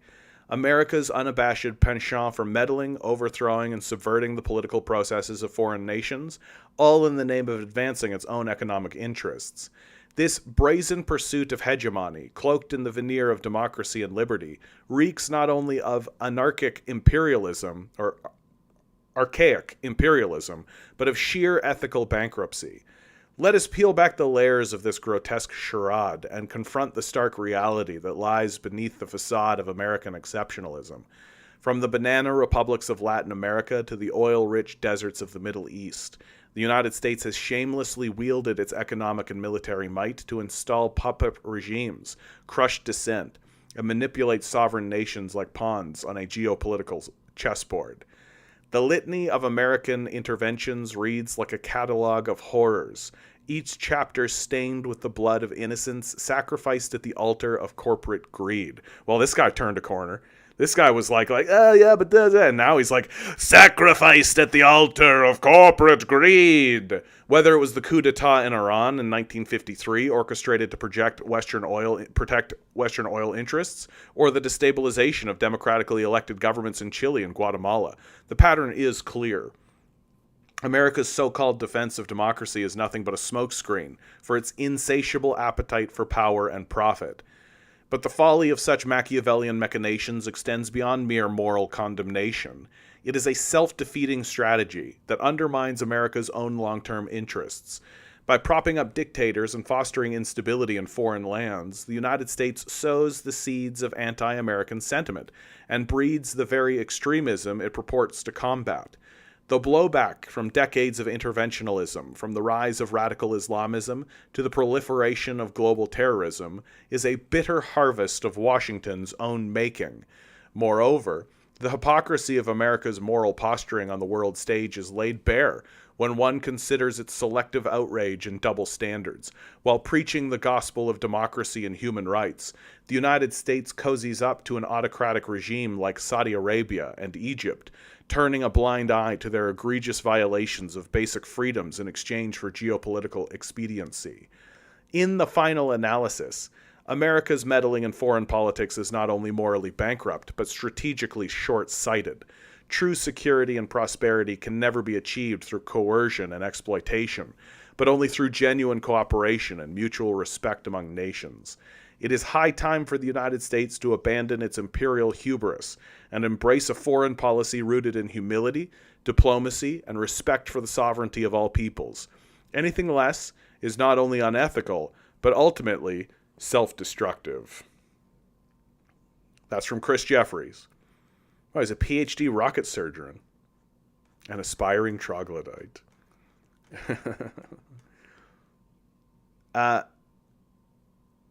Yeah, we suck, right? Pretty obvious. So TikTok over here had asked me, where do I see this all going in 5 years? 5 years is a pretty short timeline, but it's pretty obvious and pretty easy to see that we are going to be facing a major social disruption. The RCMP actually thinks, here in Canada, says that we are going to be facing major disruptions. It's very difficult for me to believe that these organizations, Canada and the United States, right, these institutions are going to survive. Because what has happened is that the corporate power structure, the corporate power system that exists kind of above and beneath, like kind of within, like it's part of the country but not part of the country, that they have, like McDonald's is its own institution now, that they have their own rules and their own laws and their own scriptures and their own subjects and their own citizens, right? And that they just abide by whatever law or scripture is written within a country, but then they actively work to change that for their benefit, to make the principles of that country align with their own principles. And these institutions have become so powerful in their own right and have kind of caballed up in their own right. You can take a look at BlackRock or Vanguard or these organizations. and have become monopolists in their own right, that as sections of the global community become unuseful to them, they'll just be abandoned.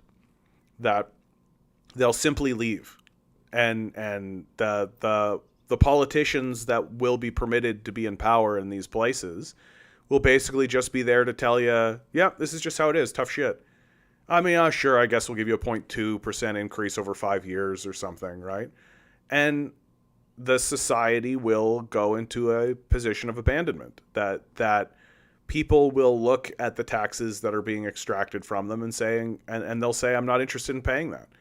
And there'll be independence movements, and there'll be a big move into the breakdown of the federal government and the breakdown of the federated systems. And I think that that's just an inevitability. Sections of America will become highly fascist, and sections will have communist overthrows. And that's the most likely thing to occur. That's why I tell people to organize locally, because all politics is going to become local very soon. Baldy McNosehair, good to see you on YouTube. I'm tired, dude. I'm tired. The system of capital absolutely kicked my ass today. I intended to actually go out and about and do some stuff today, and I literally just slept. I slept and slept and slept. So it's just needing to recover. So it's not getting easier out there. Yep, Dave, that's true. I saw the same article about the RC, and we're back. Like, people, I think this is the thing that everybody really needs to understand, is like, there is no force in any institution anywhere in the Western world outside of some like very disparate voices, like there's one guy in an independence party that's saying, oh goodness, we need to do, like, so out on the fringes, sure. But like, there's nobody in the Federal Reserve. There's nobody in Vanguard or BlackRock. There's nobody in the White House. There's nobody in the center of power in the Democratic Party, in the Republican Party, in the Liberal Party, in the NDP, in the Conservative Party, in the Bank of Canada. There's nobody anywhere that is actually trying to stop any of this. Like, that's the thing to really understand. Nobody is interested in stopping this. That if we were to actually stop what we were doing right now in regards to climate change, like if we were to stop producing fossil fuels right now, we would still have an international catastrophe. It would still be a total disaster if we were to stop polluting today, right now. So, and the solution that's coming out of the power structure is Cop City. That's the solution. So we are 100% careening towards fascism. We are 100% careening towards a societal breakup. That's the most likely thing to see happen. And I think that needs to be understood. That's the most likely thing.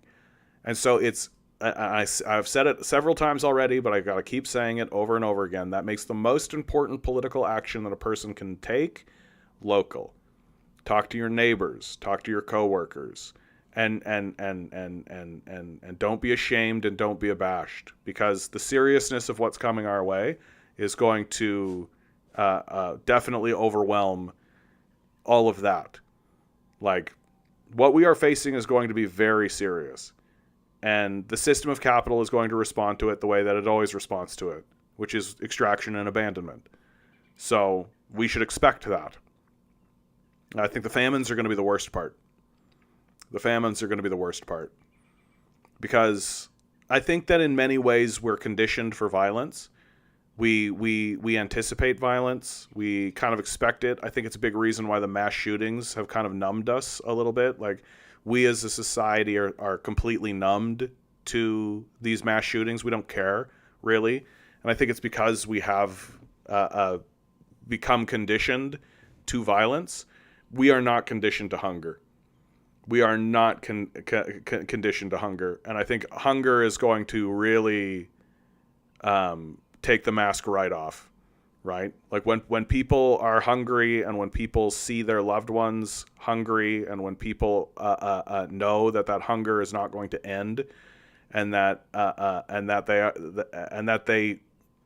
they come up with scapegoats, right? That's when the real shit's going to go down, and it's going to be that hunger, that insane. Like, have you ever been what we call hangry, right? Have you ever had a moment you were so hungry you lost your temper and you were angry? Yeah, imagine a whole nation of that. Like, that's what's going to happen to us. So real things are going to happen during the famines, and it's going to be really, really crazy.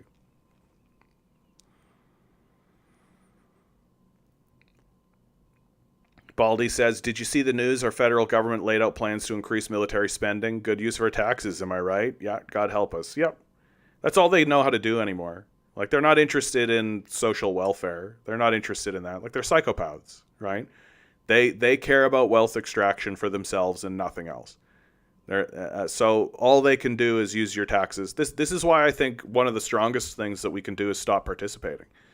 Right? Like, just stop trying to get on this monkey treadmill grind of like, boy, I can't wait to make $100,000 to pay taxes to a psychopath genocidal nation.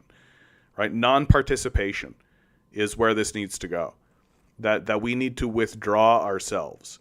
That we need to begin speaking of our police and speaking of our military in very poor terms. Like, I do not honor our military personnel. Like, sorry, you're part of the military? Get fucked. You're part of a genocidal regime of people. I disrespect you. I don't think you're defending us. I think that you're empowering corporate power and murdering Palestinian children to do it. Right? Stop pretending like the military is an honorable pursuit. It's not. You're joining the military because you want to murder children. Period. Full stop. It is that simple. There's no complexity to it. You have in your heart the desire to murder a helpless child. That's why you want to go to the military. So off you go. And of course, people are beginning to think this, and people are beginning to talk this way, because we're seeing enlistment is down dramatically, because people are beginning to recognize that the United States military is a Yahtzee force. They're starting to recognize that we are the bad guys on the world stage, for sure. We are not acting rationally. We are not acting in a way that's beneficial to anybody, not even the powerful or the wealthy. Like, we've lost the plot. We are unhinged psychos, and so withdrawing yourself from the society, and you can do that. It requires sacrifice, right? Like, don't climb up the tax bracket chain. Don't pay taxes.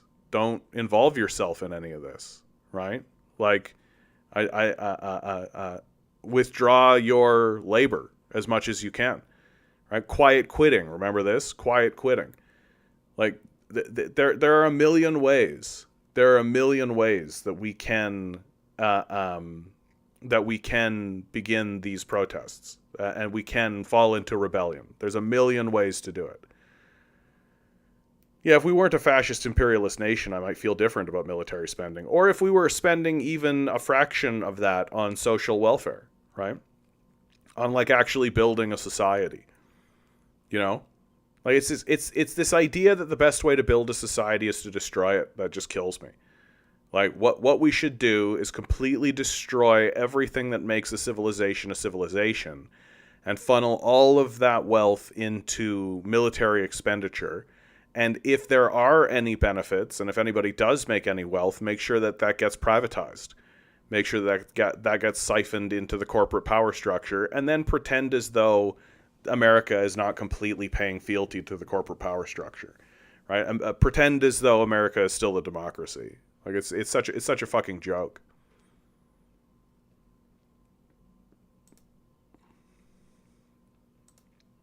Meanwhile, Africa's economy and economic growth is to surpass Europe and others in 2024. Like, we're going to get left behind. Like, that's how this is actually going to go. The rest of the world is going to develop, and it's going to build itself, and it's going to actually put in it's actually going to build, right? And we're just going to go to a swift decline because we'll be left behind. When do the famines start? I can't give you the date, obviously, mate, but I mean, it's like written in the stars, right? Like we have a globalized supply chain, like what's been called a just-in-time delivery service, right? And that just-in-time delivery service means that food is being delivered to your doorstep like right in time, right in time. And those supply chains can be disrupted. We import huge amounts of food, right, into the country. A really obvious example of what I'm talking about, right? This is an obvious example, is coffee. We import all of the coffee. If you drink a single cup of coffee, right? If you have a cup of coffee, that's been imported from somewhere. We don't grow it. We don't produce it. We don't make it. We don't manufacture it, right? We only distribute it after it is imported to us from Brazil, Kenya, Ethiopia, Colombia, right? These are the places that actually grow coffee. Well, what happens if China suddenly thinks to itself, man, I could go for a cup of coffee, and there's 1 billion of them, right? There's 300 million of us, right? There's 1 billion of them. And they actually say, like, hey, we can give you a better deal than the Americans even. Well, then that means we just no longer have coffee, right? Or a cup of coffee, instead of it being $3 for an 8-ounce cup, it ends up being $23, right? Because that's just how supply and demand is. And so the same logic can happen with wheat. The same logic can happen with anything, right? And then you put climate change onto that, where you have like farmers' fields that literally ignite, right? And like, don't pretend like it can't happen. Like farmers' fields that just go and light right up on the field. Crops that just burn. Like this last winter was a drought in Manitoba. It was a massive drought. One of the worst droughts that Manitoba had ever seen. It means that this crop yield is going to be worse than ever. And then, so you got the just-in-time supply chain, you've got climate change, and then you have the system of capital itself. And the system of capital itself is profit-seeking. So it doesn't care if you grew the food. And you can ask the Irish all about this. This is how the Irish potato famine went. That the Irish grew a bunch of food, and the British took it at gunpoint. And the Irish were only allowed to eat potatoes, right? And then the potato famine happened because a blight came through and killed all the potatoes, while the British were extracting all the rest of the food. That's what the capitalists will do to us. That will be growing wheat or barley or canola or whatever it is will be, and people in the town that are growing the food will be dying of starvation and won't have money to buy the food that they themselves are helping produce, while armed guards ship it off somewhere else, because that's profit. So there's going to be famines, and we're going to see them, and they're going to be extreme. One second, guys. I need to just quickly grab a new plug-in. My phone's going to die, so give me a second here.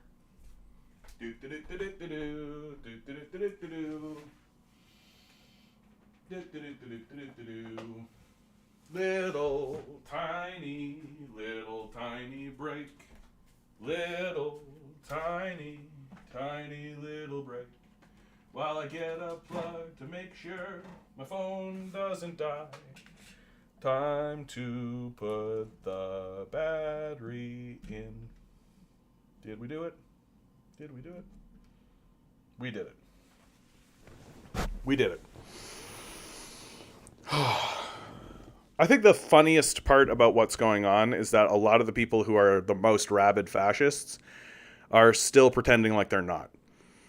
Like, that's the thing that I think is actually the funniest.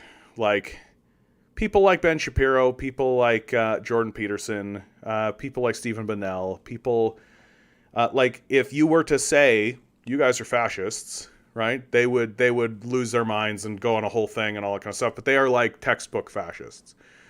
Everything they believe is fascist. Their whole system of thought is fascism. And there's just lots of people who exist in this society who seem to think they're acting in a rational and normal way when they're actually fascists. Like, I remember I've had conversations with people who genuinely think that we should just start a war with China. And I was like, oh, so you're a fascist. And they like lose their mind about this. They're like, no, I'm not. When it's like, You actively just said to us that you want to start a war with China. Like, you're fucking fascists. It's insane. And it's that, like, it's that kind of dim-wittedness, right? Like, at least the Yahtzees were, like, upfront about it. At least they were willing to be like, yeah, we think white people are better and we're just gonna be that way. It's this sort of, like, unwillingness to accept what's obviously true to anyone with a brain in their head.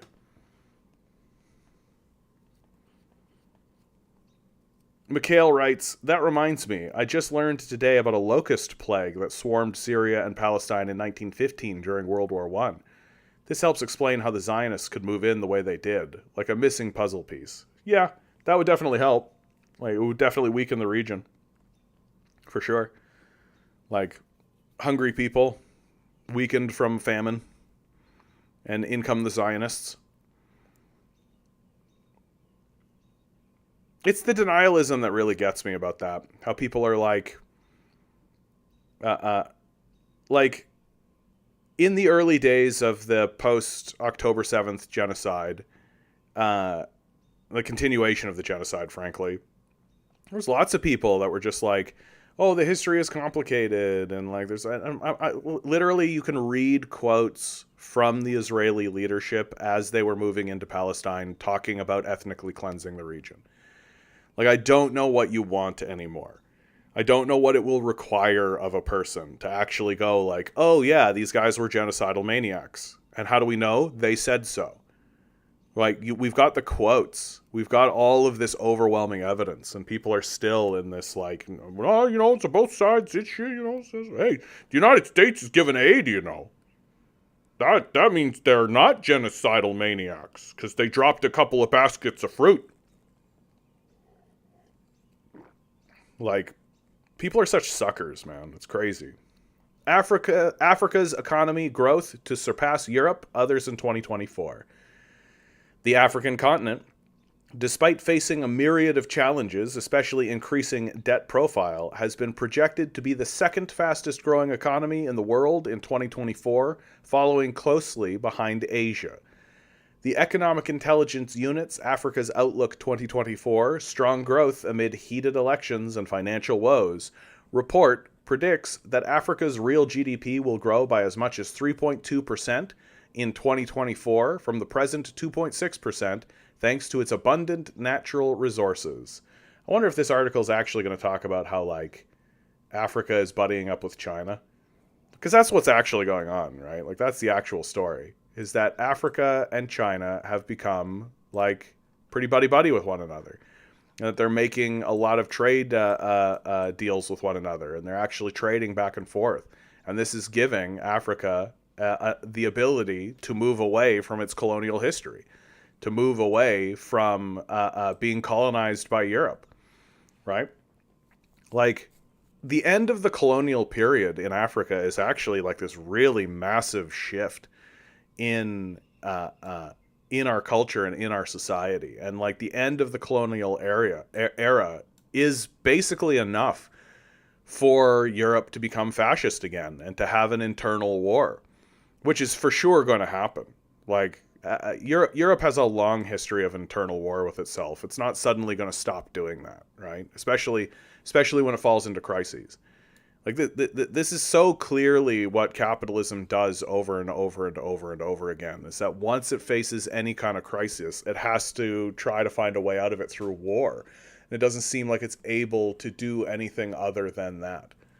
And so after NATO's humiliation in Ukraine, after this situation has really revealed them to be the psychopaths that they actually are, like, the entire rest of the world is looking at them being like, we can't negotiate with you. We can't trade with you. Like, and our history says that we shouldn't. And in fact, we have another trading partner that's willing to actually do deals with us and not invade our country and coup our people and cause problems for us. So we're going to pivot towards them. What's Europe going to do? What's Europe going to do? Europe doesn't make anything. Europe doesn't manufacture anything. Europe's like the least important place in the world right now. Like, it's just like, it can be completely ignored because they do nothing, they produce nothing, and what they're going to do is they're going to collapse into internal war with one another, as they have in the past.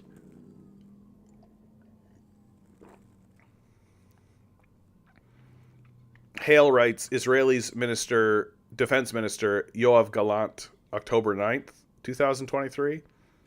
Oh yeah, like, you want to talk about quotes from the modern era, like, they've all said it. Like, for God's sakes, like, Netanyahu's like literally quoting quoting like, and Amalek will come to destroy those people for the goodness of our God, like that kind of shit. It's like quoting Old Testament passages. Like, yeah, that's not ominous. That's not something a serial killer would do. XD writes, you will know when Africa is truly independent when they actually start influencing our popular media like K-pop has. Sorry, scratch K-pop. A better example would be Japanese anime. Yeah, Japanese anime has become pretty influential, but that's because it's so cool. Like, it's just so sweet. Japanese anime is like, they're actually like trying to do stuff. That's what I really like about Japanese anime, is like the stories are not boring. Like all of the stories that are coming out of the West now are just boring. They're the same shit that I saw when I was a 5-year-old. Right? It's just Superman comes in, and then a villain causes a problem, and then Superman shows up and tries to solve the problem.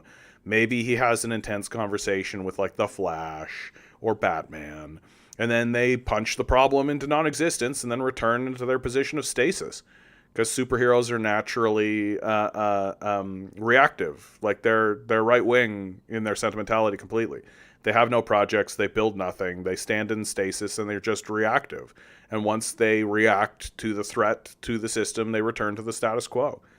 Right? They're absolutely the perfect icons for fascists, because they don't prevent fascism in their society. Superheroes don't interfere with domestic issues.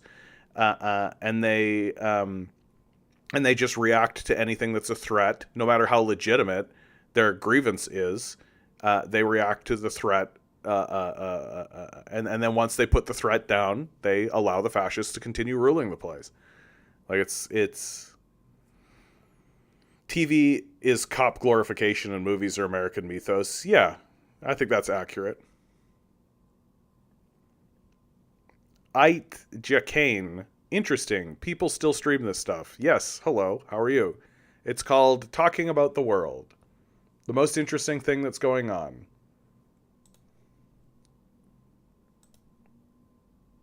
Oh, yes, of course. And in the midst of all this is absolutely my favorite. From Al Jazeera.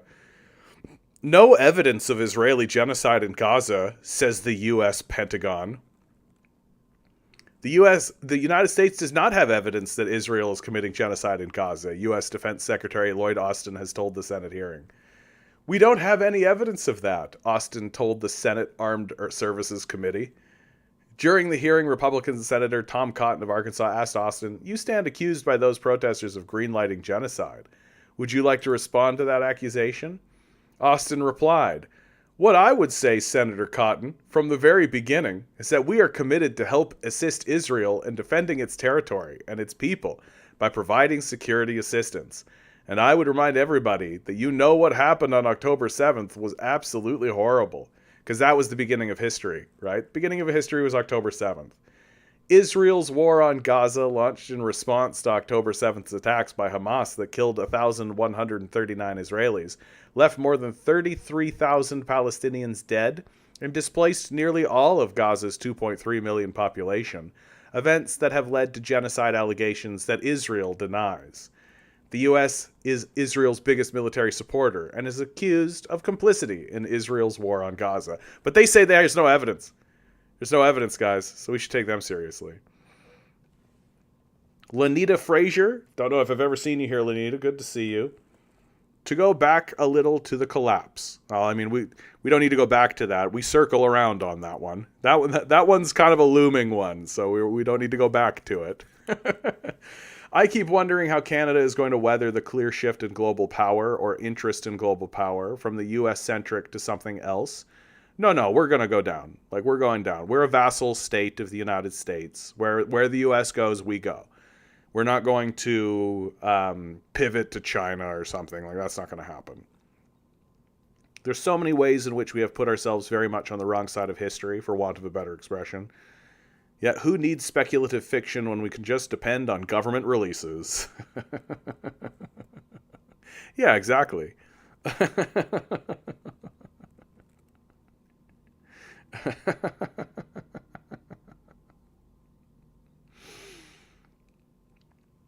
XD clarifies with, I don't mean to imply Africa should produce reactionary content, by the way. I meant that as Africa having some gravitas as Asia or North America would be a sign that they are finally independent. Yeah, I think that's right.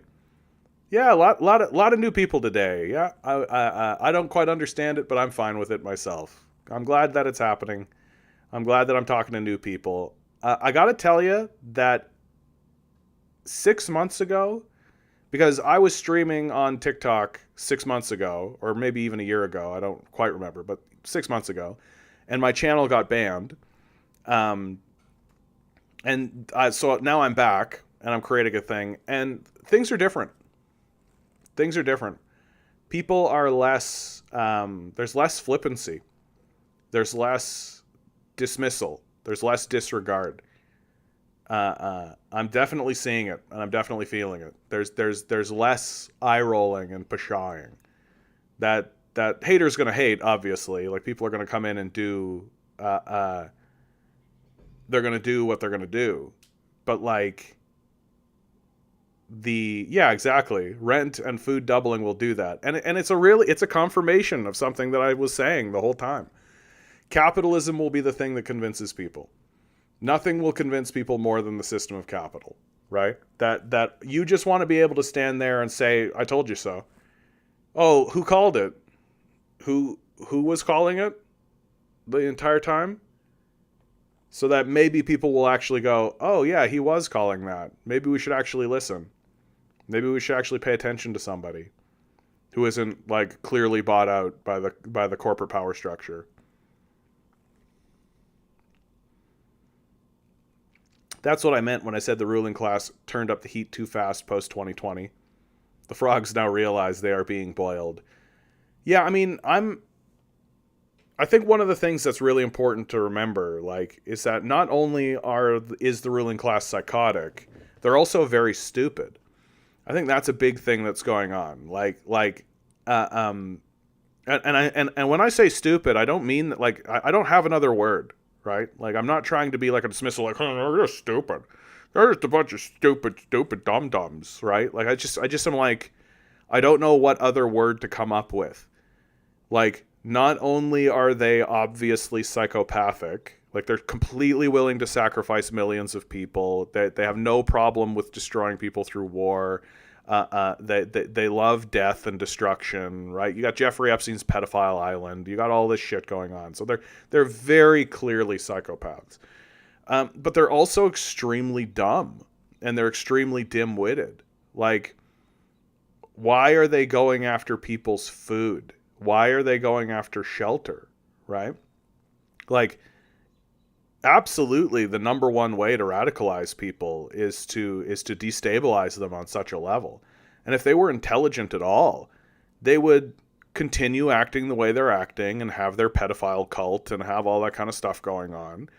But just make sure everybody had food and shelter and was taken care of. Just make sure it was fine, right? And then just keep them distracted and keep them busy. Right? Like make sure people are at work and make sure people are watching their sports and like all this kind of stuff. But the idea that you're actually going to just like extract so much wealth from people that they're not going to be able to have access to rent or shelter or food or any of that kind of stuff, like, it's stupid. It's a very dim-witted thing to do. And we are run by dimwits. Like, that and very, very more and more, it's just getting very, very obvious that these dimwits are religious acolytes exclusively. They don't actually understand the world through a historical or material analysis. They're not trying to be realists. They're not trying to exist in or have a real perspective of what's going on. They've rooted everything in this kooky religious ideology that says, get more money. Right? That's the first, like, worship money. More money equals good. It doesn't matter how it's structured. It doesn't matter what the outcome is. It doesn't matter as long as it's making me money, then it's good. Uh, uh, and it's this worship of money that has really led us astray as a people, because we have forgotten that money is just a tool. It's just something that we use to facilitate trade with one another. That that it has limits to what it is and is not capable of doing. That it is not the reason why things should be done, right? That the doing of the thing should be the reason why those things are done, right? You don't do stuff to accumulate money. Like, the money is not the point. The money is not the object. And yet in this society, that's exactly what's happened. And it's and this religious ideology has infected every level of the society. So you have like economics professors who think this way. So they're just stupid. Like they're just untrustworthy dimwits, because they are espousing a religious ideology that has no backing whatsoever. And the issue, of course, for America is that the next generation of economists and the next generation of politicians are just as dim-witted and just as stupid. And they don't have a rooting in anything real, and they don't understand what's going on in the society in a serious, tangible way. And so all they're going to do is continue to make things worse, because it's all they know how to do. Because their entire policy is just extract as much wealth as possible and then abandon people. On that note, though, says Lonnie, my inner Schadenfreude is enjoying the beginning of the downfall of celebrity culture. I mean, we're going to see the downfall of, like, Western civilization. Like, in our life, it's very difficult for me to believe that I'm going to be 80 and we're going to see anything other than, like, a total collapse of major institutions. And, like, if a lot of this is going to be the institutions turning on themselves. Like, the FBI and the CIA and the State Department will go to war with each other, right? Like the kind of thing that we kind of never contemplated previously. We tend to think of those organizations as being on the same team and working as a group and working as a collective, working in tandem with one another. No, they will turn on one another. Yeah, I'm not looking forward to it. As a disabled person, this is going to be problematic. Yeah, the whole thing is going to be problematic, Lenita. Like, the whole thing is going to be very problematic. I think problematic is an understatement. I'm waiting for the disappearance of the suit and tie. There are things that are disappearing. Yeah, you can't buy the rain. You can't eat the gold. You can't buy the sun. That's right. That's right. We have somebody on TikTok saying they're not stupid. That's intentional. Yeah, I tend to see where you're coming from with that. That there is like an intentionality. Like, I think George W. Bush tries to convince us that he's stupid when he's just a psychopath. That it's a good social strategy for him to just be like, oh, geez, gosh darn, we tried our best in Iraq and it just, it didn't work out. Gosh darn it, gee willikers. It's in his interests to act that way when I think he's just a dead-eyed, cold-eyed psychopath, right? Like, he got off on murdering those Iraqis. I think he enjoyed it. So, I just go out into my ranch and do some painting now. Yeah, I'm sure that's what's going on. But, like, while I think there is like an intentional smokescreen of just like, oh, gee darn it, we're trying our best, but gee howdy, I think that there is like a legitimate stupidity. I think that there is like an actual, like, they might think they're being clever, but because what they're doing is detached from reality, because what they're doing doesn't include reality in their computations and doesn't include a material analysis in the way they think about things, it's like desperately stupid, because it can't be anything else. It has to be stupid, and it's going to backfire in big and significant ways. Like we're messing with like we're actually messing with the power of the earth. Like, really think about that. Like, really think about that. That the force of creation spawned us into this earth. We were created by the universe, we were created by the earth, and we are on it. And we actually think that we will be able to master that.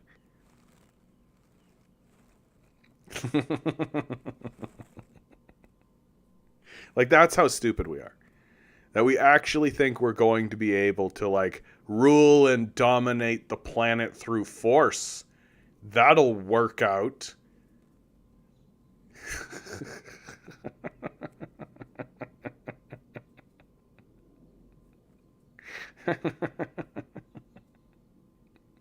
Yeah, the Earth's going to have something to say about that. And it's going to have something to say about that.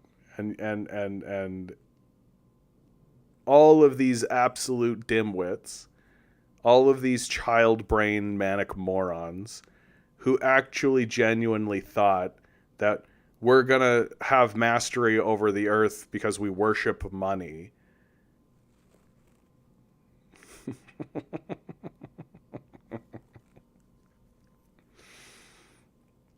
Like, it's going to be wildfires, and it's going to be famine. It's going to be the water coming up.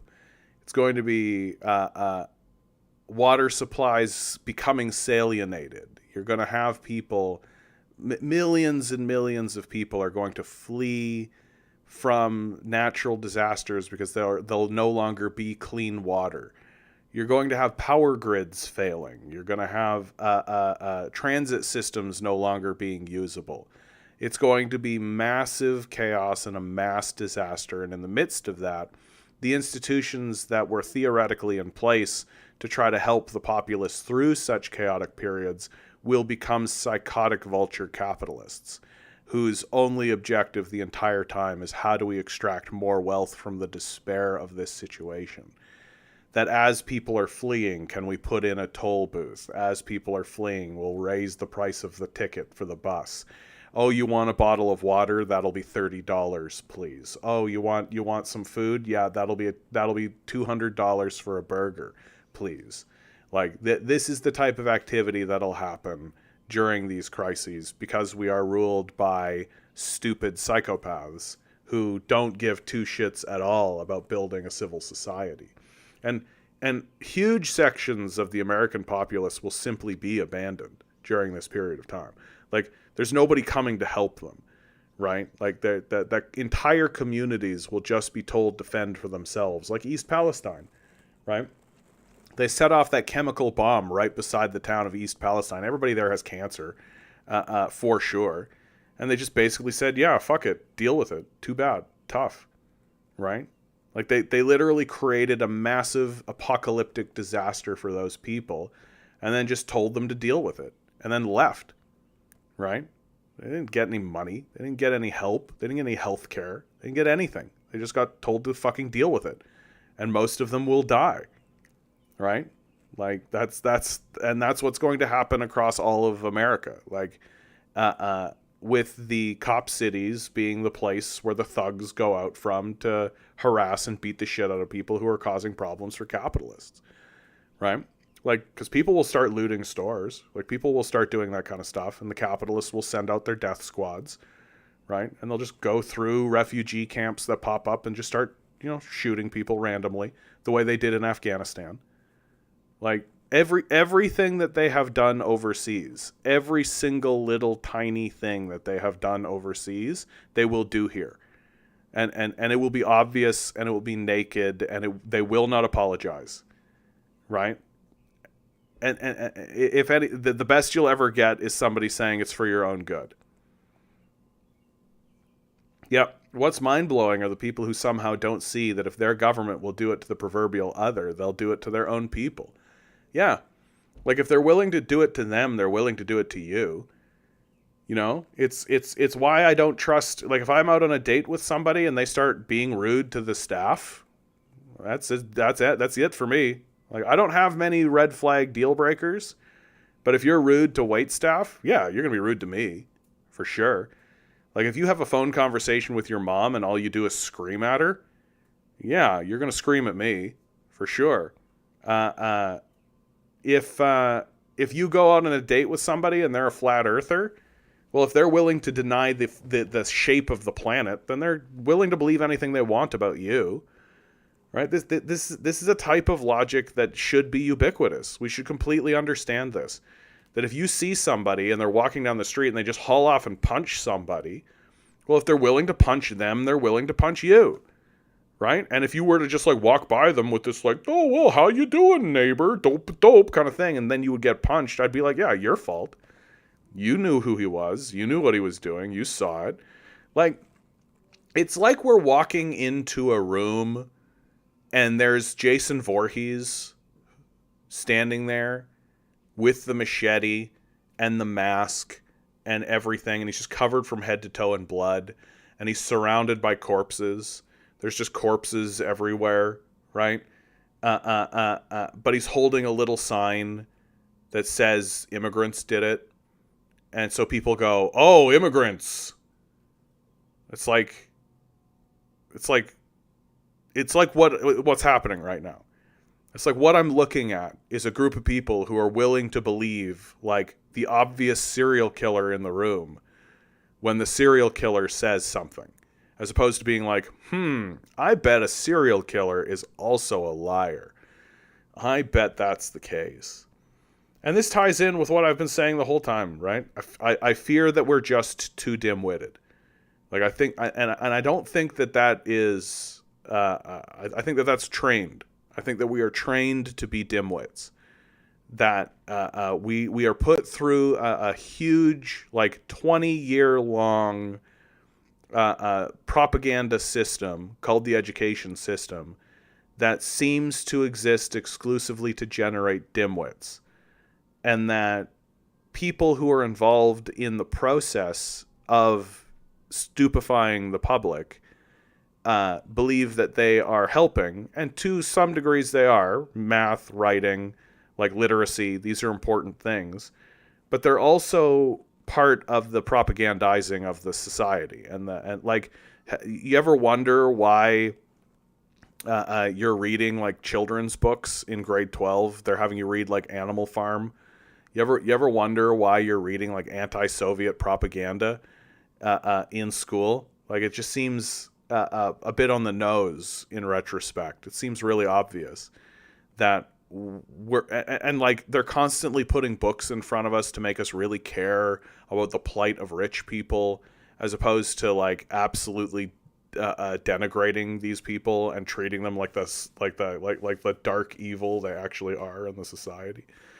And like the whole system and the whole structure is designed from the beginning to just ingratiate one thing and to vet one thing, which is obedience. That if you do anything you like in school, as long as you do what you're told, right? As long as you do what you're told, well, then you're going to get an A+, and you're going to get a gold star, and you're going to get the good mark, and you're going to go along, right? Because you did what you were told. But if you want to do what you care about, right?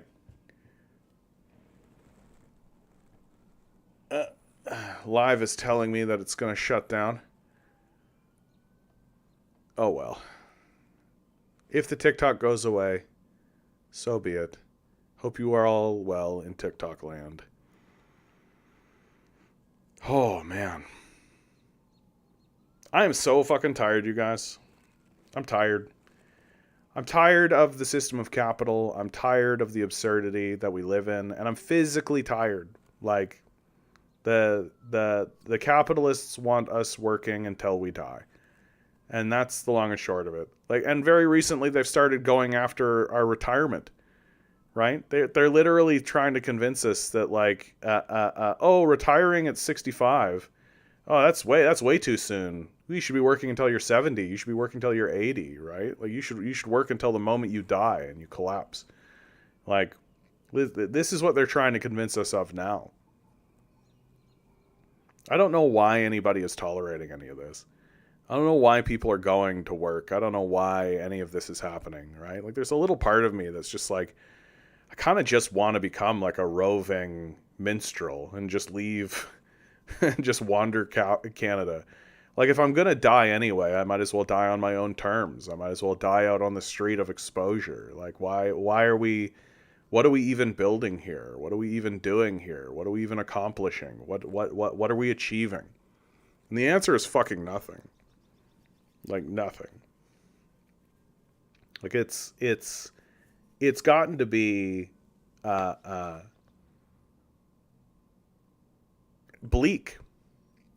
Bleak is the word. Like, societies need universalizing. They need systems that universalize or unify. People need unifying projects. People need to know that the societies that they are living in are actually trying to strive for stability and unification. People need to know that. And we are living in the opposite of that. That we are not trying to build unifying projects. We're doing everything we can to tear our society apart and destroy it. Well, Lenita writes, the left doesn't know how to talk to each other, even though their interests are largely the same. I think it's important to pay attention, Lenita, that the system of capital is highly invested in destroying leftist movements. I think that that's very important to understand. Like, there is a certain degree of truth that leftists are struggling to organize with one another, but that there is a concentrated effort to make that occur. Right? I think that that's important to understand. Like, political leaders on the left get assassinated, right? Like, I get worried that people fall into this, like, gaslighting belief and this individualization of the concerns, that people just need to buck up and work harder. And if oh, well, if this person could do that and this person could do that, it's like throwing people into the ocean and then screaming at them to swim harder and then saying when they drown, if only they had swum harder. While you're literally in a gigantic boat with the enormous capacity to actually save people.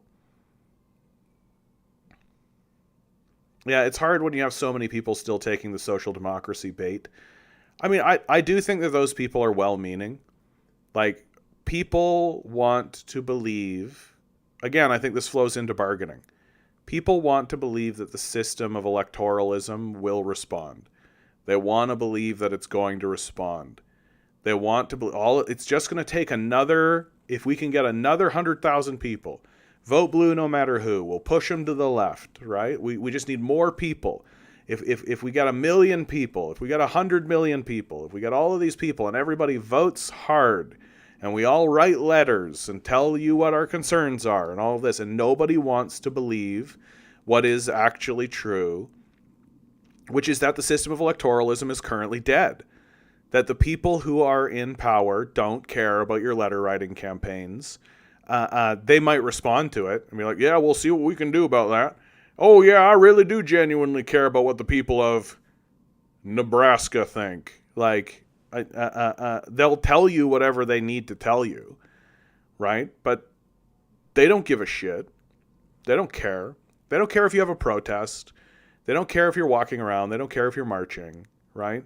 Protests are not done to influence the psychopath class at this point. They're done to build solidarity and grow strength within the populace. That they're done to increase visibility and increase recruitment within the ranks of the working class.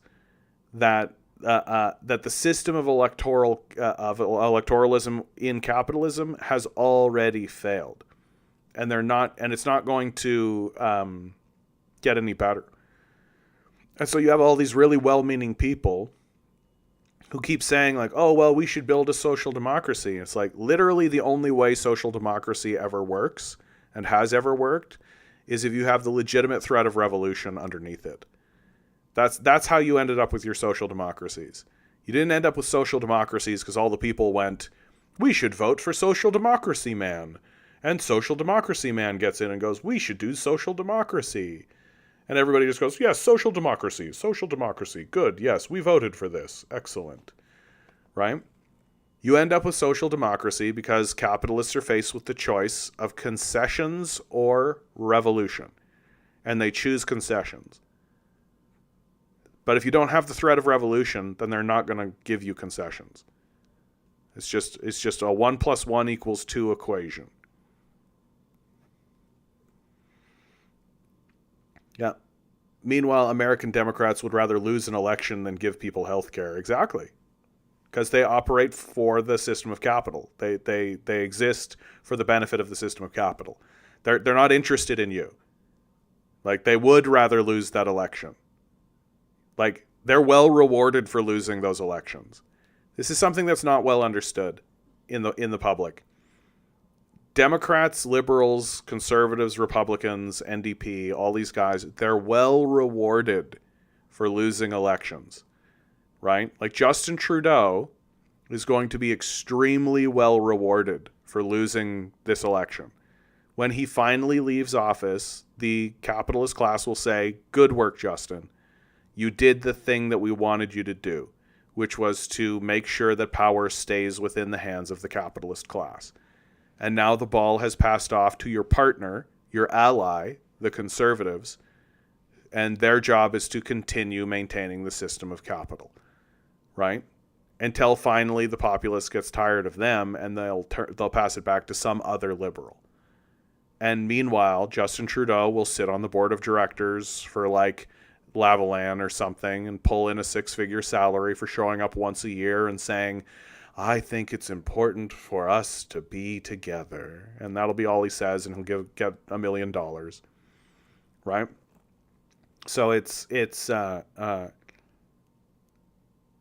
so the social democrats are kind of living in a naive sort of place of bargaining, where they believe the system is going to respond differently than it has for some reason.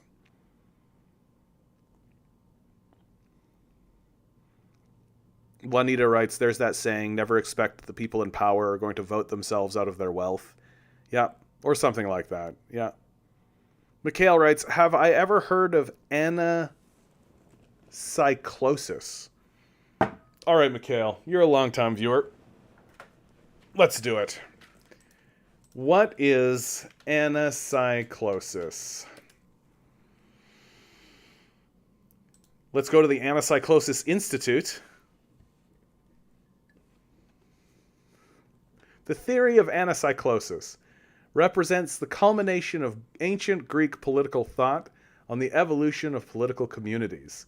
It is a unified theory of political history, in that it attempts to explain the evolution and dissolution of all regime types, including democracy.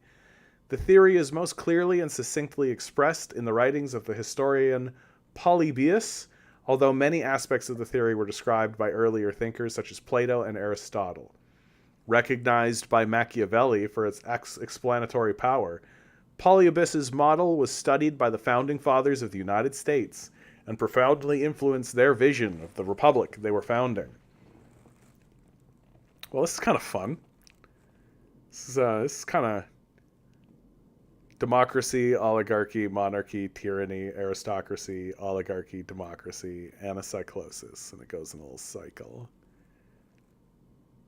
Through such observations, Polybius extrapolated the likely complete course of political evolution for an independent state, whose life cycle...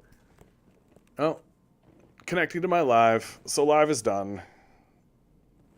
All right. Bye, TikTok. Oh, because something went on with my internet. All right. I can't do anything about it. Yeah, I mean, you hear these types of theories, right? That reality is cyclical, right? It's and that there's a cycle to things, and you have political historians and people who do kind of have this kind of cyclical worldview. And humans rather like this. We rather like that things are cyclical and we have a cyclical nature. I don't know why this stopped working.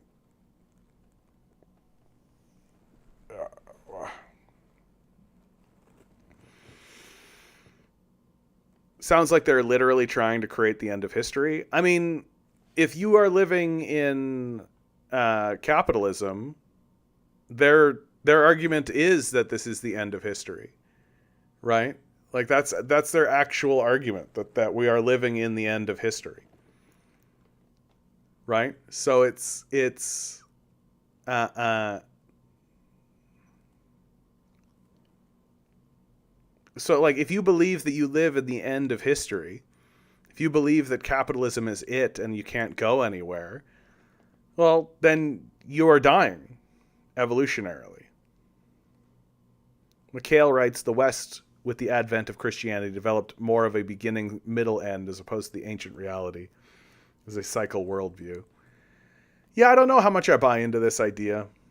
Like, I really don't. I don't know how much I buy into this kind of cyclical worldview idea. I think that you can observe historical reality, and you can, like, if you find similar situations in history, you can inform what's going on today. But I don't think it's a straight up circle. I don't think it goes in just a straight circle.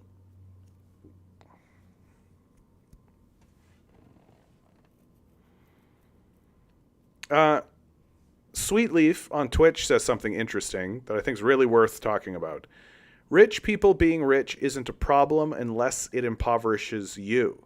Otherwise, it's just jealousy. I actually disagree with this. And I think I disagree with it simply because we know that wealth makes people psychopaths. So it's not about jealousy. It's about basic safety and basic community building and basic sense that you don't want to have a psychopath in your society. Full stop.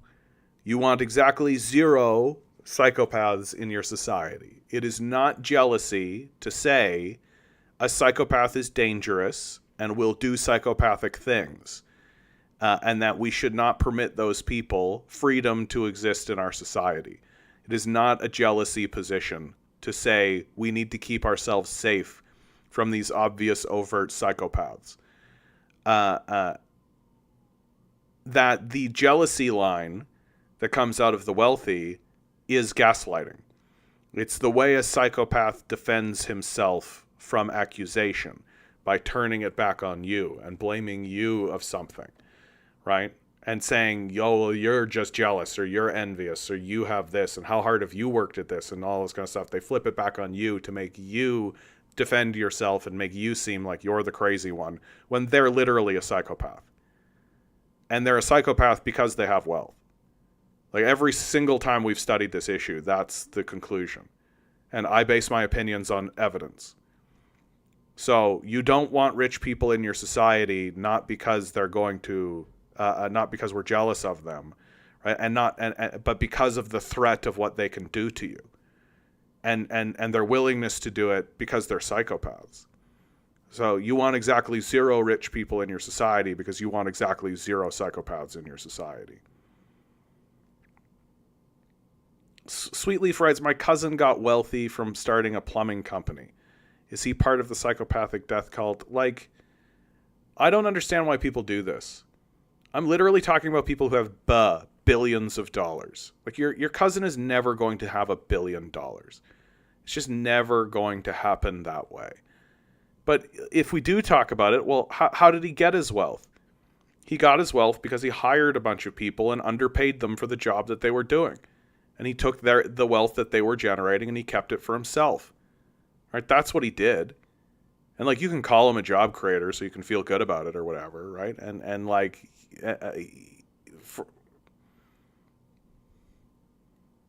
it's not my personal diagnosis.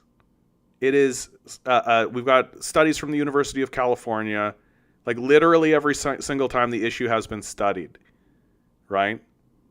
So you can either base your opinion on evidence or you can base it on whatever you're doing right here, which seems to just be familial bias, right? I'm sorry that your cousin is engaging in the system of capital and somebody's pointing out the dangers of doing so, right? That your cousin is putting himself in a position Okay, you're just illustrating your stupidity. I just need you to understand that. Like, I'm sorry that I triggered you, and that anger has taken over. So you're free to move on in the world. Deal with your emotional self and don't do it on my chat, okay?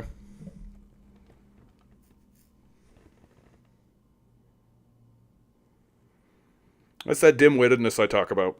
People have triggers, and they don't know how to communicate with people once they've been triggered, because they're not capable.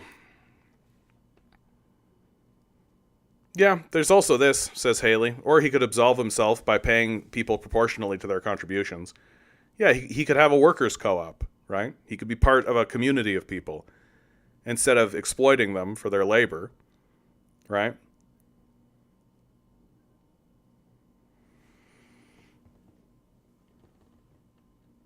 Because that's what capitalists actually do. Like, that's how a guy like Jeffrey Bezos made all his money. That's how these guys all made his money, right? Like, they all make their money by exploiting their workers. That's like the definition of it. That's how it actually works. Like, that's the structure of it. Like, if you want to get into the structure of it, that's how it actually occurs. Like, the people who work underneath capital business owners are underpaid for their work. And if they were paid for the value of their work, then the capitalists wouldn't exploit them, right? Yeah, it's all just the more you screw people over, the cooler you are. Yeah, that's what it is. Like, I watched my own father go through this, right? And it's tough because it's socially acceptable. Like, being a business owner is socially acceptable, right?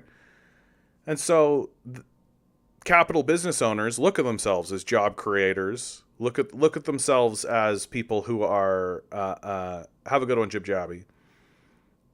People look at themselves as like, oh, I'm creating jobs, I'm creating opportunity, and people are getting wealth and all of this. So it makes sense that I take a part of their earnings for myself while I do very little that matters.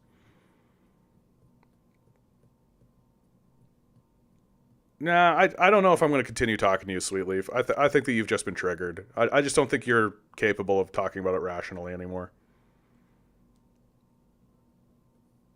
Yeah, they aren't performing a noble service, right? Like if they were a workers' co-op, if they were working together as a community of plumbers and everybody was being paid equitably, right? That would be one thing, but that's not what happens, right? That's not what happens. That people look to find whatever work they can, and they accept whatever terms they can, and the capitalist takes a piece of them, so that the capitalist can go off and buy a Bugatti and like live a life, and they justify that to themselves however they want. And that's true whether or not they are in a small scale position or a large scale position. It just gets worse the larger you get, right?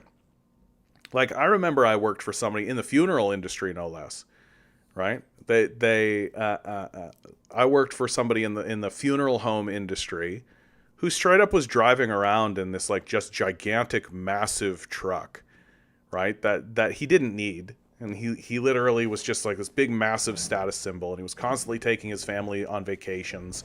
And he treated his staff like shit and was stealing from everybody, right? Like, that's what the system of capitalism actually engendered. That's what it actually creates. It creates this situation where you have workers who are doing what they need to do to work for how they need to work. And you have people exploiting them for that. Like, and that's very clearly what's happening there, and that's structural.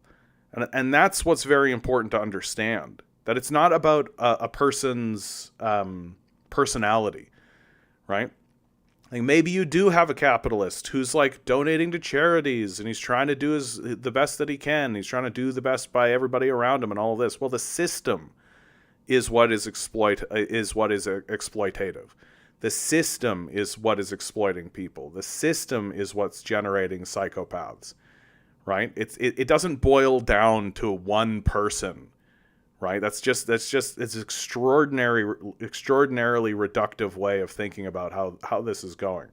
That we are facing a systemic issue that needs to have systemic answers. And if we get lost in our own emotions and forget what it is we're even talking about, then it's just not going to happen. We're just going to constantly be facing this exploitive model. Like, during the chattel slavery period in the Deep South, many of the chattel slaves made the argument, but they made exactly this argument. But the slaves are better off, right? Who else is going to do that work, right? Look at how much work these slaves are doing. And we treat them well. We treat them nicely. They think they're part of the family, right? What's the problem with the system of chattel slavery?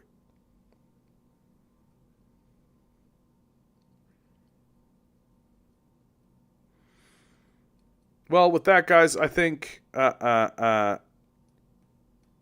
Oh well, you've promised. Oh, okay, cool. That fixed it. Like, I don't care if your one cousin who exists in one place with what, like 5 people under him, right? Like, cool. You could definitely find somebody who treated their slaves really nicely during the chattel slave period, for sure.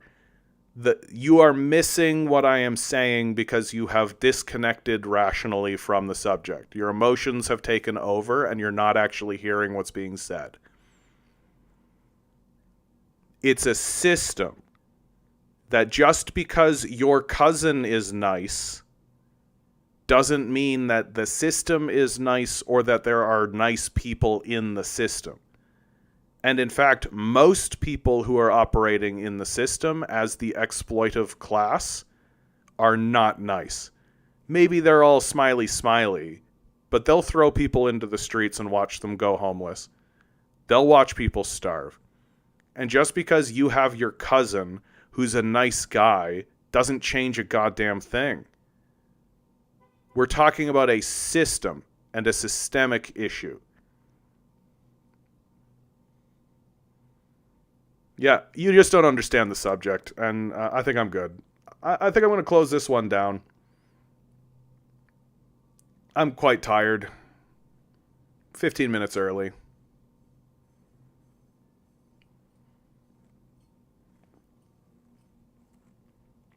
Like, the system that we are discussing, like, your comment is just so weird. No one is doing anything for free. Yes, they are. They're currently doing things for free because they take all their money and they give it to their landlord. And then they take the rest of the money and they give it for food. You're right. They are exchanging their labor for food and shelter. That's what we're talking about. Like, we're discussing a system of wage slavery and you seem to not be aware of it. And your hackles are up because I've offended your cousin. No one is organizing and accepting equal distribution for doing more work. What are you even talking about? Like, what are you even talking about? Like, doing more work, you just misunderstand what's being said. They're doing more work now. They're doing more work now.